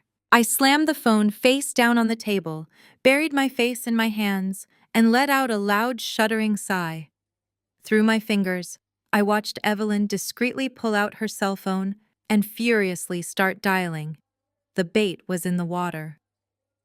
30 minutes later, Patricia burst through the heavy oak doors of Richard's private home study. Richard and Jamal were hunched over a desk covered in unpaid bills and foreclosure warnings, arguing in hushed, desperate tones. Patricia slammed her handbag down onto the desk, her eyes wide with frantic excitement. "Evelyn just called me from the Oak Room," she announced, struggling to catch her breath. Cassidy was there. She was having a complete breakdown in the middle of the restaurant. "The FDA fines are destroying her. She is selling the West parcel for cash to stay out of federal prison." Jamal had snapped up, his bloodshot eyes suddenly sharp and focused. "The West parcel," he repeated, his mind working at lightning speed. "How much?" Patricia leaned closer. $8 million. She told her lawyer she needs an all-cash buyer by Thursday. Jamal stood up so fast his heavy leather chair crashed to the hardwood floor. He slammed his fist onto the desk, a manic, greedy laugh erupting from his chest. "Richard, do you realize what this means? That land is the absolute crown jewel of the county. 500 acres of flat, commercially zoned real estate sitting directly on top of a major municipal fiber optic trunk line." Richard frowned, adjusting his glasses. "I do not follow your logic, Jamal. It is just empty farmland." "It is not farmland," Jamal snapped, pacing the room with feverish energy. "It is a gold mine. Tech companies are desperately scouting this exact region to build massive server farms and data centers. They need dedicated power grids and fiber optic access. Cassidy land is perfectly positioned for it. She is too stupid and too panicked to realize what she is sitting on. If we buy that land for a pathetic $8 million, I can flip it to a tech giant next month for 40 or 50 million. Richard's jaw dropped. The suffocating weight of his recent financial ruin suddenly felt like it was lifting. "You are certain?" he asked, his voice trembling with newfound hope. "I have corporate contacts in Silicon Valley." Jamal lied smoothly, his predatory instincts taking over. "They have been begging for a parcel exactly like this. We buy it out from under her in a blind trust. We let her take her $8 million and pay off her fines, and then we sell the land for a massive profit. We clear my debts with the overseas investors, we restore your entire retirement fund, and we finally take control of the family estate. She gets nothing, and we get everything." Patricia clapped her hands together, a vicious smile spreading across her face. "It is perfect. It is exactly what that ungrateful girl deserves. She stole Theodore land from us, and now she is practically handing it back on a silver platter." Jamal stopped pacing. The manic energy drained from his face, replaced by a sudden harsh reality. He looked down at the stack of unpaid bills on the desk. "There is just one problem," he muttered, his voice dropping. What Richard demanded, his brief moment of joy evaporating. "The federal investigators froze my holding company accounts when the market crashed." Jamal admitted, avoiding Richard's eyes. "My liquid assets are completely gone. I do not have $8 million in cash. I do not even have a fraction of it." Richard sank back into his chair, rubbing his temples in defeat. "My stock portfolio was tied up in your venture capital fund, Jamal. That money is gone. We are tapped out. We cannot possibly fund a real estate transaction of that magnitude by Thursday." Jamal walked slowly around the desk, stopping right beside Richard's chair. He leaned down, his voice smooth, calculating, and incredibly dangerous. He had cornered his father-in-law, and he knew exactly which buttons to press. "You do not have liquid cash," Richard, Jamal whispered, staring into the older man's eyes. "But you still hold the deed to this mansion entirely unencumbered. Patricia has her pristine inheritance trust from her mother. You have an executive pension that you can borrow against." Richard's face went pale. "You are talking about leveraging everything we own, every single asset we have left to our names. If this deal falls through, we will be homeless. The deal will not fall through. Jamal insisted, grabbing Richard's shoulder. It is $50 million, Richard. It is the only way we survive. You leverage the house, you drain the trust, and you empty the pensions. We pull the $8 million in cash by Wednesday. We buy the land on Thursday. We flip it to the tech buyers on Friday. We win, Richard. We take back what is ours. Richard stared at Jamal, hand gripping his shoulder. The numbers spun wildly in his head. 8 million out, 30 million in. It was an intoxicating, dangerous equation. He looked at the stack of final notices on his desk. His country club dues were in arrears. His luxury car leases were months behind. He was a man who had built his entire identity on the illusion of limitless wealth, and that illusion was currently evaporating. Amazon. Jamal pressed, sensing the older man hesitation crumbling. Or Google. I have a private broker in Palo Alto who confirmed they are actively scouting our exact county for a regional data center. They need massive flat acreage and heavy power grid access. The west parcel has both. We buy her land for $8 million, we rezone it for commercial tech development, and we sell it to Amazon for $30 million minimum. But I need you to put up the mansion as collateral today. We cannot wait for traditional financing. Patricia stepped forward, her eyes gleaming with a toxic mix of greed and sheer vindictiveness. Do it, Richard, she commanded, her voice hard. Do whatever it takes. That ungrateful girl stole Theodore's legacy from us. She humiliated this family. This is our chance to take it back and completely ruin her in the process.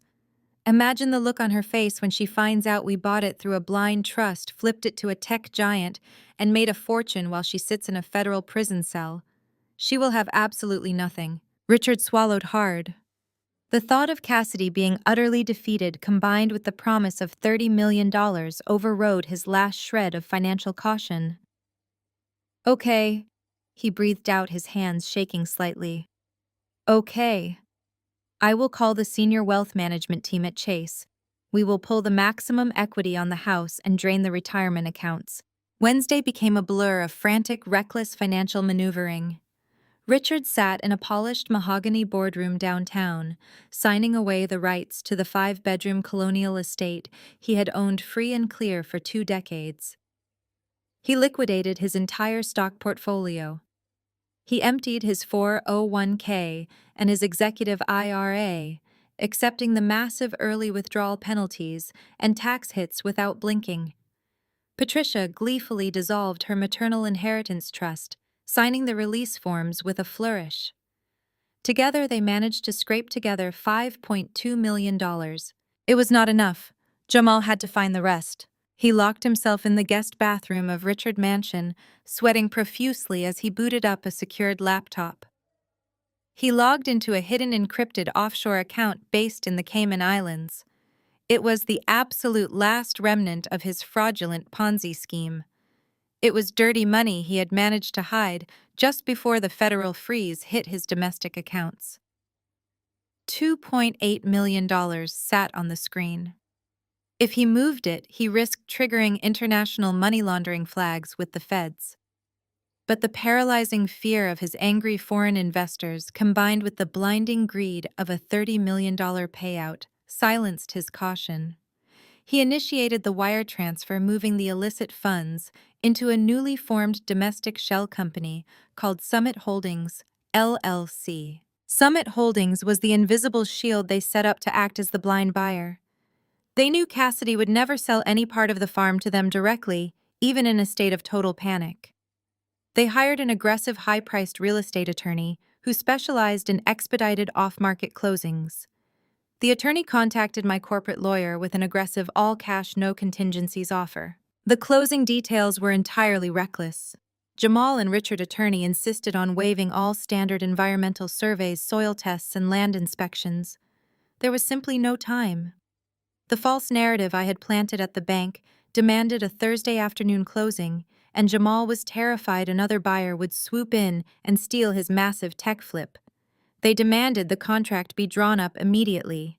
They signed the binding purchase agreements, blindly legally locking Summit Holdings into the sale strictly as is.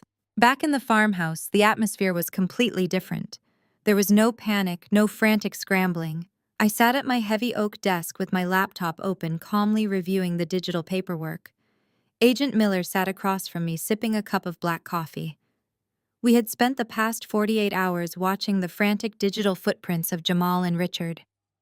The FBI Financial Crimes Division was monitoring the offshore wire transfers in real time, tracking exactly where Jamal was pulling his cash from. "He is moving the Cayman money," Agent Miller noted, looking at a secure tablet. "He just tied his hidden fraudulent assets directly to his father-in-law Clean Money. He legally merged their funds into Summit Holdings." I smiled, signing the final digital authorization on the deed transfer. They are so blinded by the thought of destroying me that they are not even looking at what they are buying. It was Thursday afternoon, the absolute deadline I had established in my fake panic attack. The digital clock on my computer screen ticked over to 2 o'clock. The farmhouse was dead silent, save for the soft hum of the servers in the basement. A sharp chime sounded from my laptop speakers. I clicked open my primary corporate banking portal. The screen refreshed, loading the latest transaction data from the Federal Reserve wire system. Pending incoming wire transfer. Originating entity Summit Holdings LLC. Amount $8 million. I watched the blue status bar spin on the screen. The verification process took exactly 45 seconds. To Jamal, Richard, and Patricia sitting in their lawyer office across town, it was the moment they believed they had secured their financial empire and orchestrated my ultimate downfall. To me, it was the sound of a steel trap snapping shut on their ankles, locking them into a nightmare they had entirely funded themselves. The blue bar turned green. Status cleared.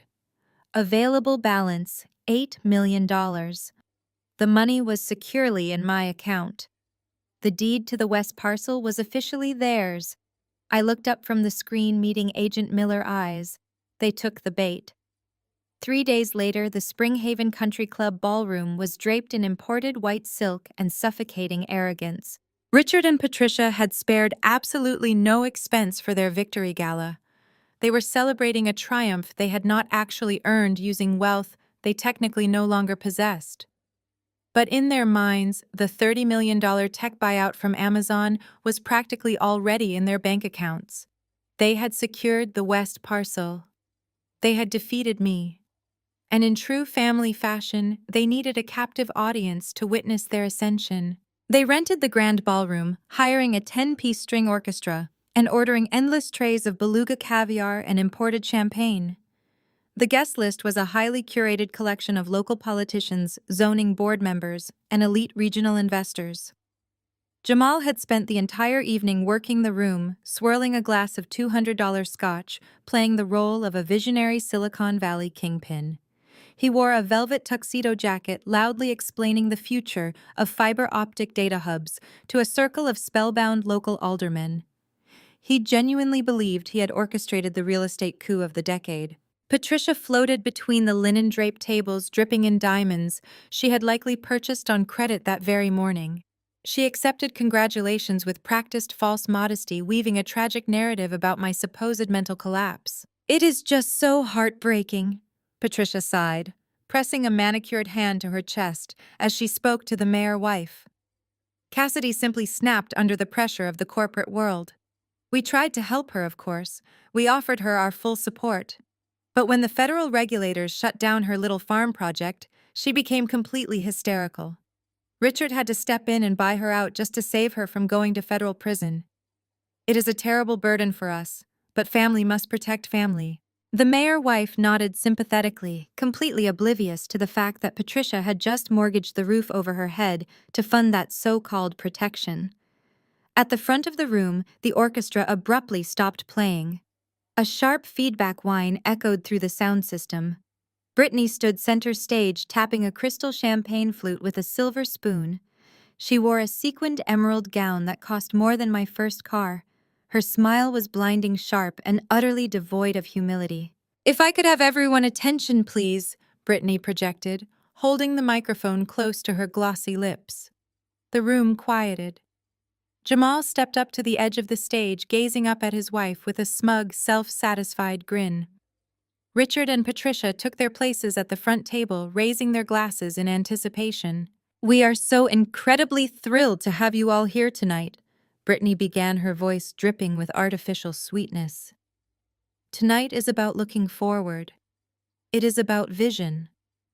For too long, this county has been stuck in the past, holding on to worthless agricultural dirt while the rest of the world moves into the digital age. But my brilliant husband Jamal saw the future." She paused, letting the room offer a polite ripple of applause. "Jamal has officially secured the 500-acre west parcel." Brittany continued, her voice rising with triumphant glee. "We are breaking ground on the largest commercial tech development this state has ever seen. Some people simply cannot handle the real world. Some people inherit a fortune and squander it playing farmer, letting their assets rot until federal regulators have to step in and shut them down." The crowd murmured. A few people exchanged uncomfortable glances. Everyone knew exactly who she was talking about. They had all heard the rumors planted at the bank. They had all whispered about the disgraced veteran who lost her grandfather farm. Brittany was reveling in the public execution of my reputation, soaking in the validation she had craved her entire life. "My sister Cassidy is a perfect example of what happens when arrogance meets incompetence," Brittany declared, dropping the sweet facade entirely. "She is insane. She is bankrupt. She is facing federal ruin because she could not handle the real world. But thankfully, real leadership stepped in. Jamal and my father saved the estate from total collapse. So let us raise a glass to the new future of the county. And to me, the new First Lady of Tech." She raised her flute high. The room began to lift their glasses in response. Then the heavy oak doors of the ballroom swung open with a deafening crash. The heavy brass handles slammed against the plaster walls, the sound echoing like a gunshot over the polite applause. Every single head in the room turned. The waiters froze in place. The mayor lowered his glass. I stepped over the threshold. I was not wearing muddy work boots or a canvas farm jacket. I wore a razor-sharp, custom-tailored charcoal power suit. My hair was blown out and perfectly styled. My posture was rigid, my expression cut from solid ice. I did not look like a broken, bankrupt woman on the verge of a federal indictment. I looked like a billionaire walking into a hostile corporate takeover. I was not alone. Flanking me on my right was Agent Miller, wearing a dark suit that practically radiated federal law enforcement.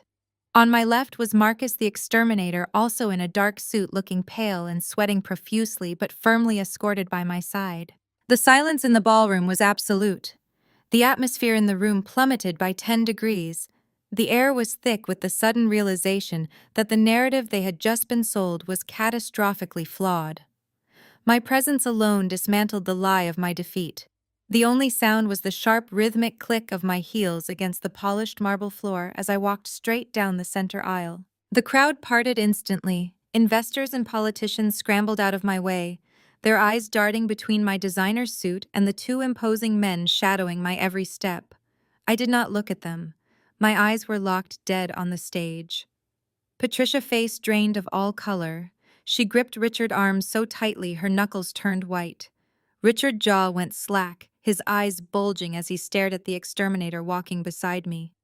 He recognized him from the surveillance photos Jamal had shown him. Jamal took a step backward, bumping into the edge of the stage. The smug, visionary smile slid off his face, replaced by a mask of sudden, paralyzing terror. He stared at Marcus. Marcus looked away, staring at the floor. The reality of his situation was crashing down on him in real time. The offshore accounts, the poisoned hives, the fake tech deal. It was all unraveling under the bright crystal chandeliers. I reached the front of the room. I did not stop. I climbed the 3 carpeted steps onto the stage. Brittany stood frozen, her champagne flute trembling in her hand. Her mouth was open in a silent gasp, her eyes wide with shock. "Cassidy." Brittany stammered, her voice barely a whisper. "What are you doing here? You are not allowed." I did not answer. I walked straight up to her and yanked the microphone out of Brittany's hand. The microphone let out a sharp squeal of feedback as I pulled it from her grasp. Brittany stumbled backward, her designer heels catching on the carpeted stage, nearly sending her sprawling into the floral arrangements. The crystal flute slipped from her fingers, shattering against the floorboards. The sharp crash snapped Jamal out of his frozen stupor. "Security!" Jamal roared, his voice cracking with panic and rage. "Get this homeless woman out of here! She is trespassing! Grab her!" Two country club guards in uniform rushed forward from the back doors, but the men flanking me moved faster. Agent Miller simply reached inside his tailored jacket and let the lapel fall open, revealing the unmistakable gleam of a federal badge and a holstered sidearm. The club guards stopped dead in their tracks, raising their hands and backing away slowly. I did not even look at Jamal. I kept my eyes scanning the crowd of elite investors, local politicians, and zoning board members who had gathered to celebrate my supposed destruction. I raised the microphone to my lips. "My sister was just telling you all about vision," I said, my voice echoing evenly across the cavernous silk-draped ballroom. "She was telling you about the future of this county. She was bragging about a spectacular real estate acquisition her husband orchestrated. I think it is only fair that we show everyone exactly what kind of visionary Jamal truly is." I snapped my fingers. Agent Miller stepped off the stage and walked directly to the elaborate audiovisual station set up for the gala presentations. The sound technician shrank away as Miller plugged a sleek encrypted flash drive into the main console. A second later, the massive projector screen behind me flickered from a glowing logo of Jamal Holding Company to a highly detailed, brightly colored topographical map. The map was stamped with the unmistakable heavy blue seal of the United States Environmental Protection Agency and the State Department of Natural Resources. "Turn that off!" Patricia shrieked from her table, finally finding her voice. Her face was flushed, an ugly shade of purple. "Richard, do something! Make her turn that off right now!" Richard stood up, his chair scraping loudly against the floor. "Cassidy, this is a private event," he commanded, trying to project the authority he used to wield over me. "You are going to leave this property immediately, or I will have you arrested. You sold us that land free and clear. The transaction is complete. You have no right to be here." I smiled, turning slightly so I could look down at him from the stage. "You are absolutely right, Richard. The transaction is complete. The wire cleared my corporate account exactly 3 hours ago. The $8 million is securely in my possession, and the deed to the 500-acre west parcel belongs entirely to Summit Holdings, LLC, a company we all know you funded by mortgaging your mansion and liquidating your entire retirement portfolio." The crowd began to murmur. The local politicians exchanged nervous glances. The elite investors who had been hanging on Jamal every word just minutes ago suddenly took a collective step back, creating a physical ring of isolation around my family. "So let us talk about that brilliant investment," I continued, gesturing to the massive screen behind me. "Jamal, Dad, Mom, I truly hope you enjoy your new real estate, because that map you are looking at is an official state ecological survey." Jamal's face went the color of wet ash. He stared at the screen, his eyes darting frantically across the red and green boundary lines drawn over the topography of the west parcel. He shook his head in violent denial. "No," Jamal stammered, his voice thin and reedy. "No, I checked the county zoning. It is zoned commercial. It is prime development land." "It was zoned commercial 20 years ago," I corrected him, my voice ringing out over the completely silent crowd. "But the county zoning board has not updated their public digital records. If you had bothered to do a basic environmental inspection, or simply waited 48 hours instead of forcing a blind expedited cash close out of pure greed, your high-priced lawyers would have found this survey." I walked to the edge of the stage, looking directly down into Jamal's terrified eyes. "The west parcel you just spent $8 million on is officially designated as protected wetlands," I stated, enunciating every single syllable. "It is an ecological sanctuary. It serves as a vital watershed for the entire county basin. There is no commercial zoning. There are no server farms. You cannot legally build so much as a wooden shed on it. The true market value of the land is exactly $0. The silence in the ballroom was absolute. It was the sound of a total, inescapable financial execution. "You own 500 acres of mud and swamp grass," Jamal, I concluded. Liar, Brittany screamed, rushing forward and clawing at my arm. You are a liar. Jamal has buyers. He has Amazon. He has Google. Amazon does not build billion-dollar data centers in protected swamps, Brittany, I replied easily, brushing her hand away. Your husband lied to you. He lied to my father. He used your family desperation and greed to steal the last of your money. A strange, wet, gasping sound interrupted me. I looked down at the front table.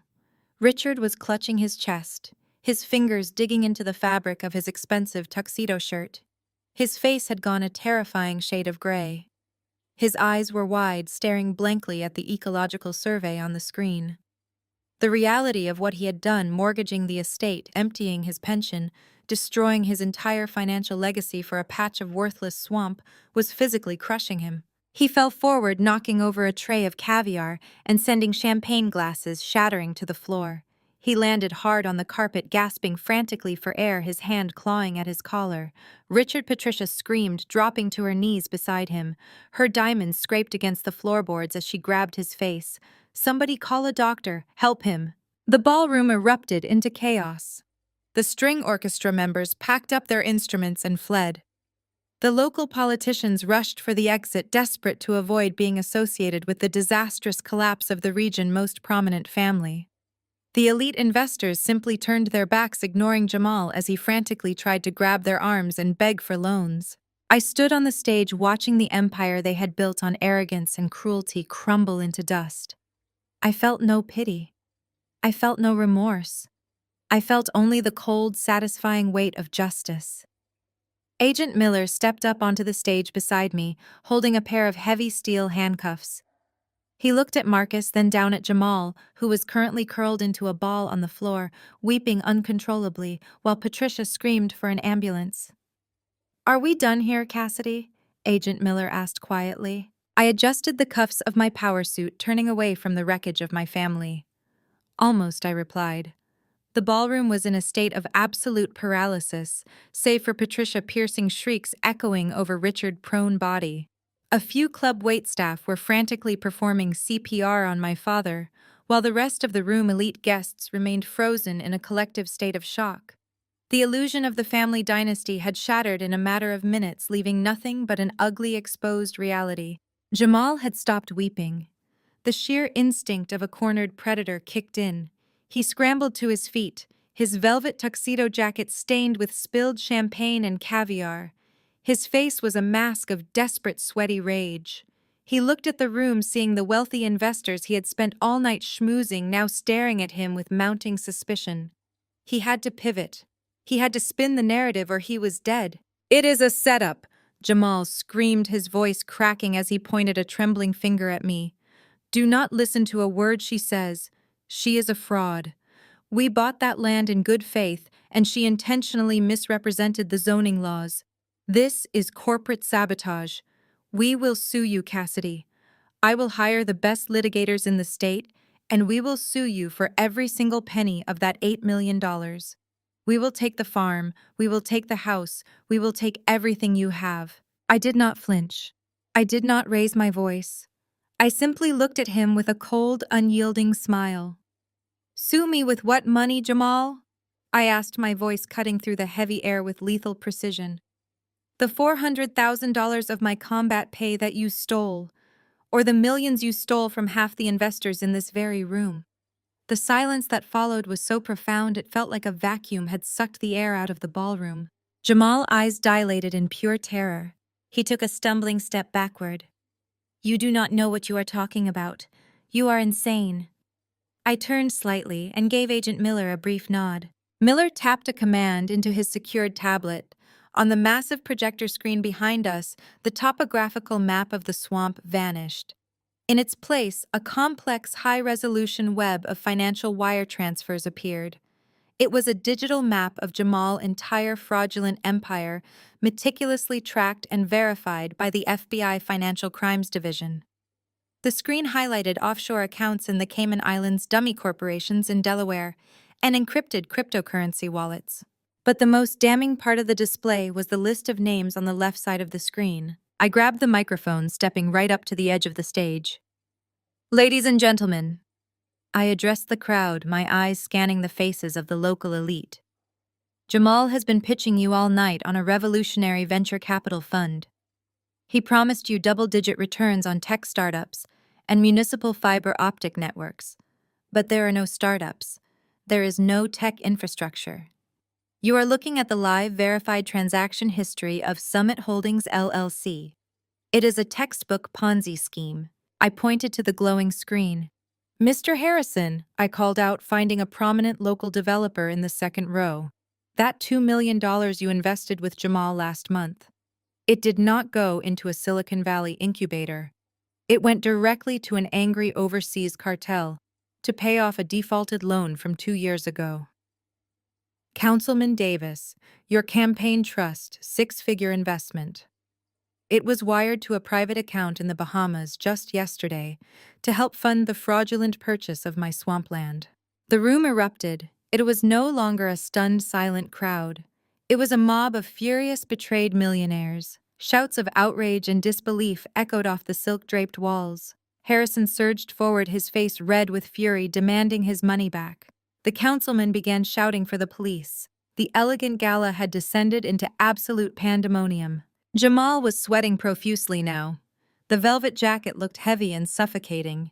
He realized in a fraction of a second that the game was over. There was no more spinning, no more lying, no more smooth-talking his way out of the room. He looked at the furious investors closing in on him, then looked at the side exit doors near the kitchen. He bolted.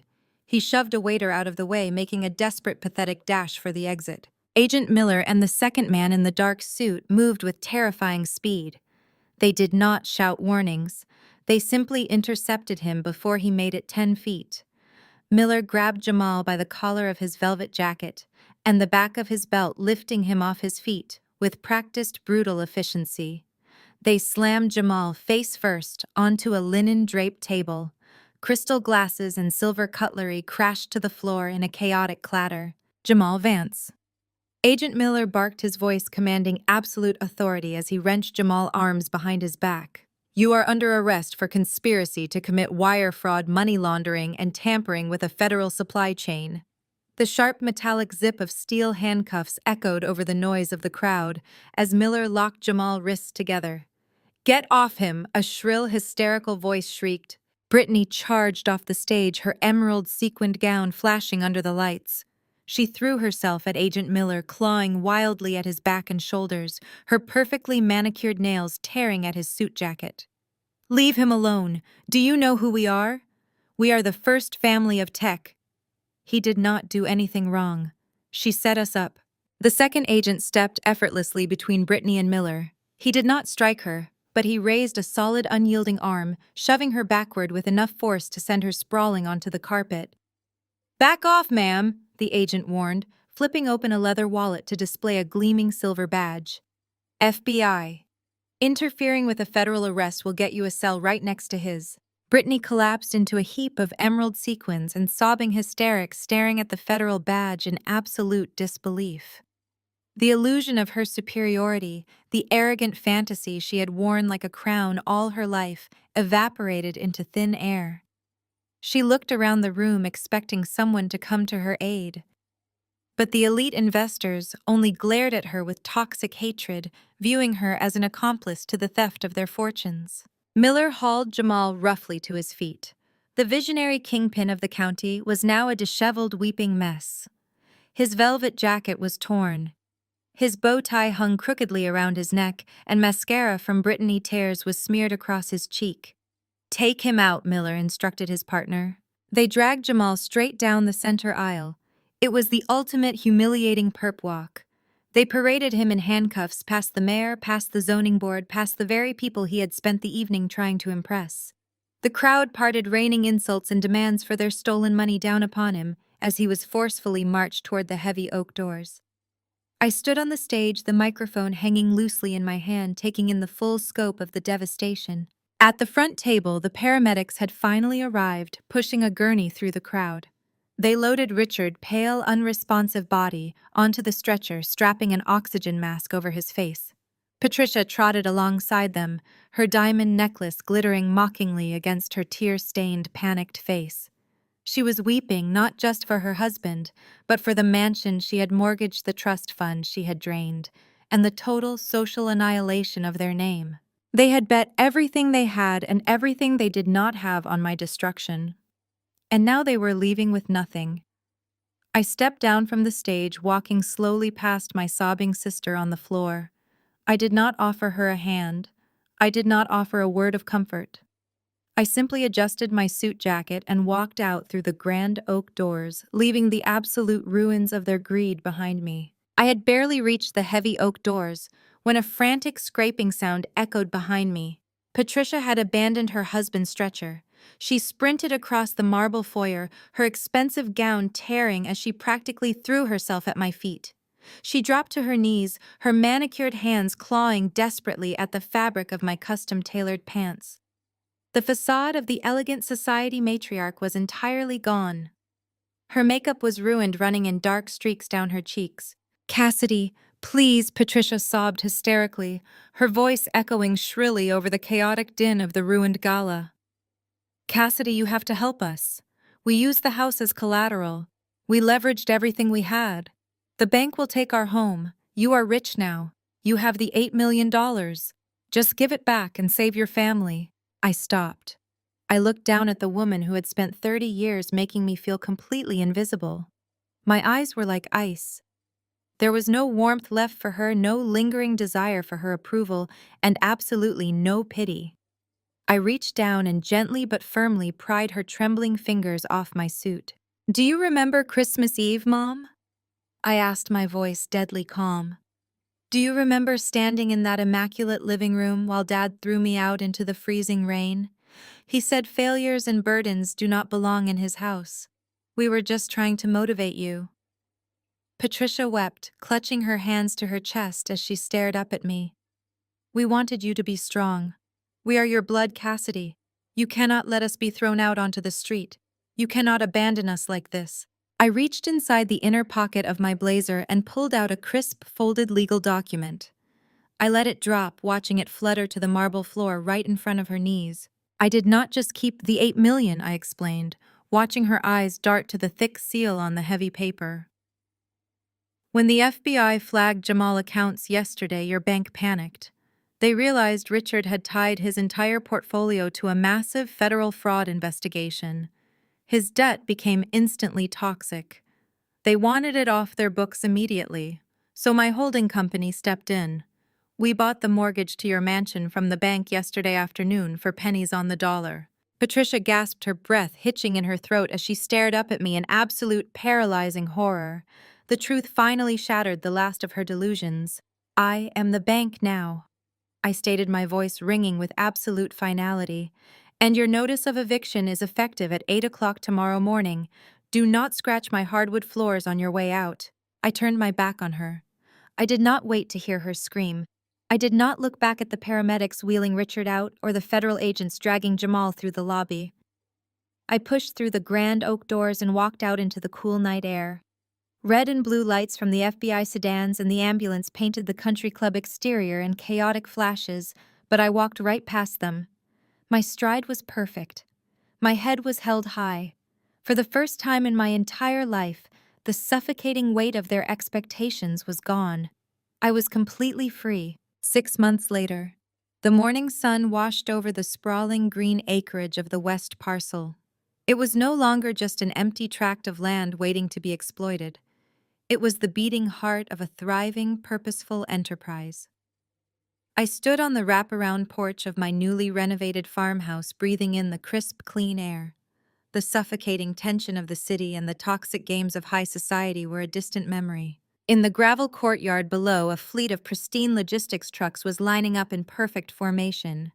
Workers in sturdy canvas jackets were operating forklifts, carefully loading pallets of our specialized honey and holistic medical salves. These products were no longer just a small local operation. They were deploying directly to medical supply centers, burn units, and veteran outreach programs across the entire country. I watched the crew working together. They were a group of combat veterans, men and women who had struggled to find their footing after returning home just like I had. I had hired them all. I had turned the farm into a true sanctuary. a place where broken people could come to rebuild themselves through hard work, respect, and genuine community. They were laughing, sharing stories, and moving with a renewed sense of purpose. We were not just producing a commodity, we were providing healing. The gentle, rhythmic humming of millions of bees filled the air, a steady vibration of life and industry. They darted between the vibrant rows of wildflowers I had planted along the borders of the property, entirely indifferent to the corporate wars that had once raged over their home. They simply did the work protecting their hive and producing something sweet from the harsh elements of the world. My biological family was gone. Richard was facing federal indictment for bank fraud and reckless endangerment of corporate funds. Jamal was sitting in a maximum security penitentiary. Patricia and Brittany had fled the state, entirely bankrupted and socially exiled, forced to live out their days in obscurity. They had tried to bury me. They had tried to strip away my dignity, my home, and my sanity for their own selfish gain. I leaned against the wooden railing, a deep, genuine smile spreading across my face as I watched the first truck pull out of the gates, embarking on its mission to heal those who truly needed it. I took one last look at the thriving fields and the people who now depended on me. They threw me out into the blizzard, hoping I would freeze. But they forgot one thing. The sting hurts, but the honey is the ultimate cure.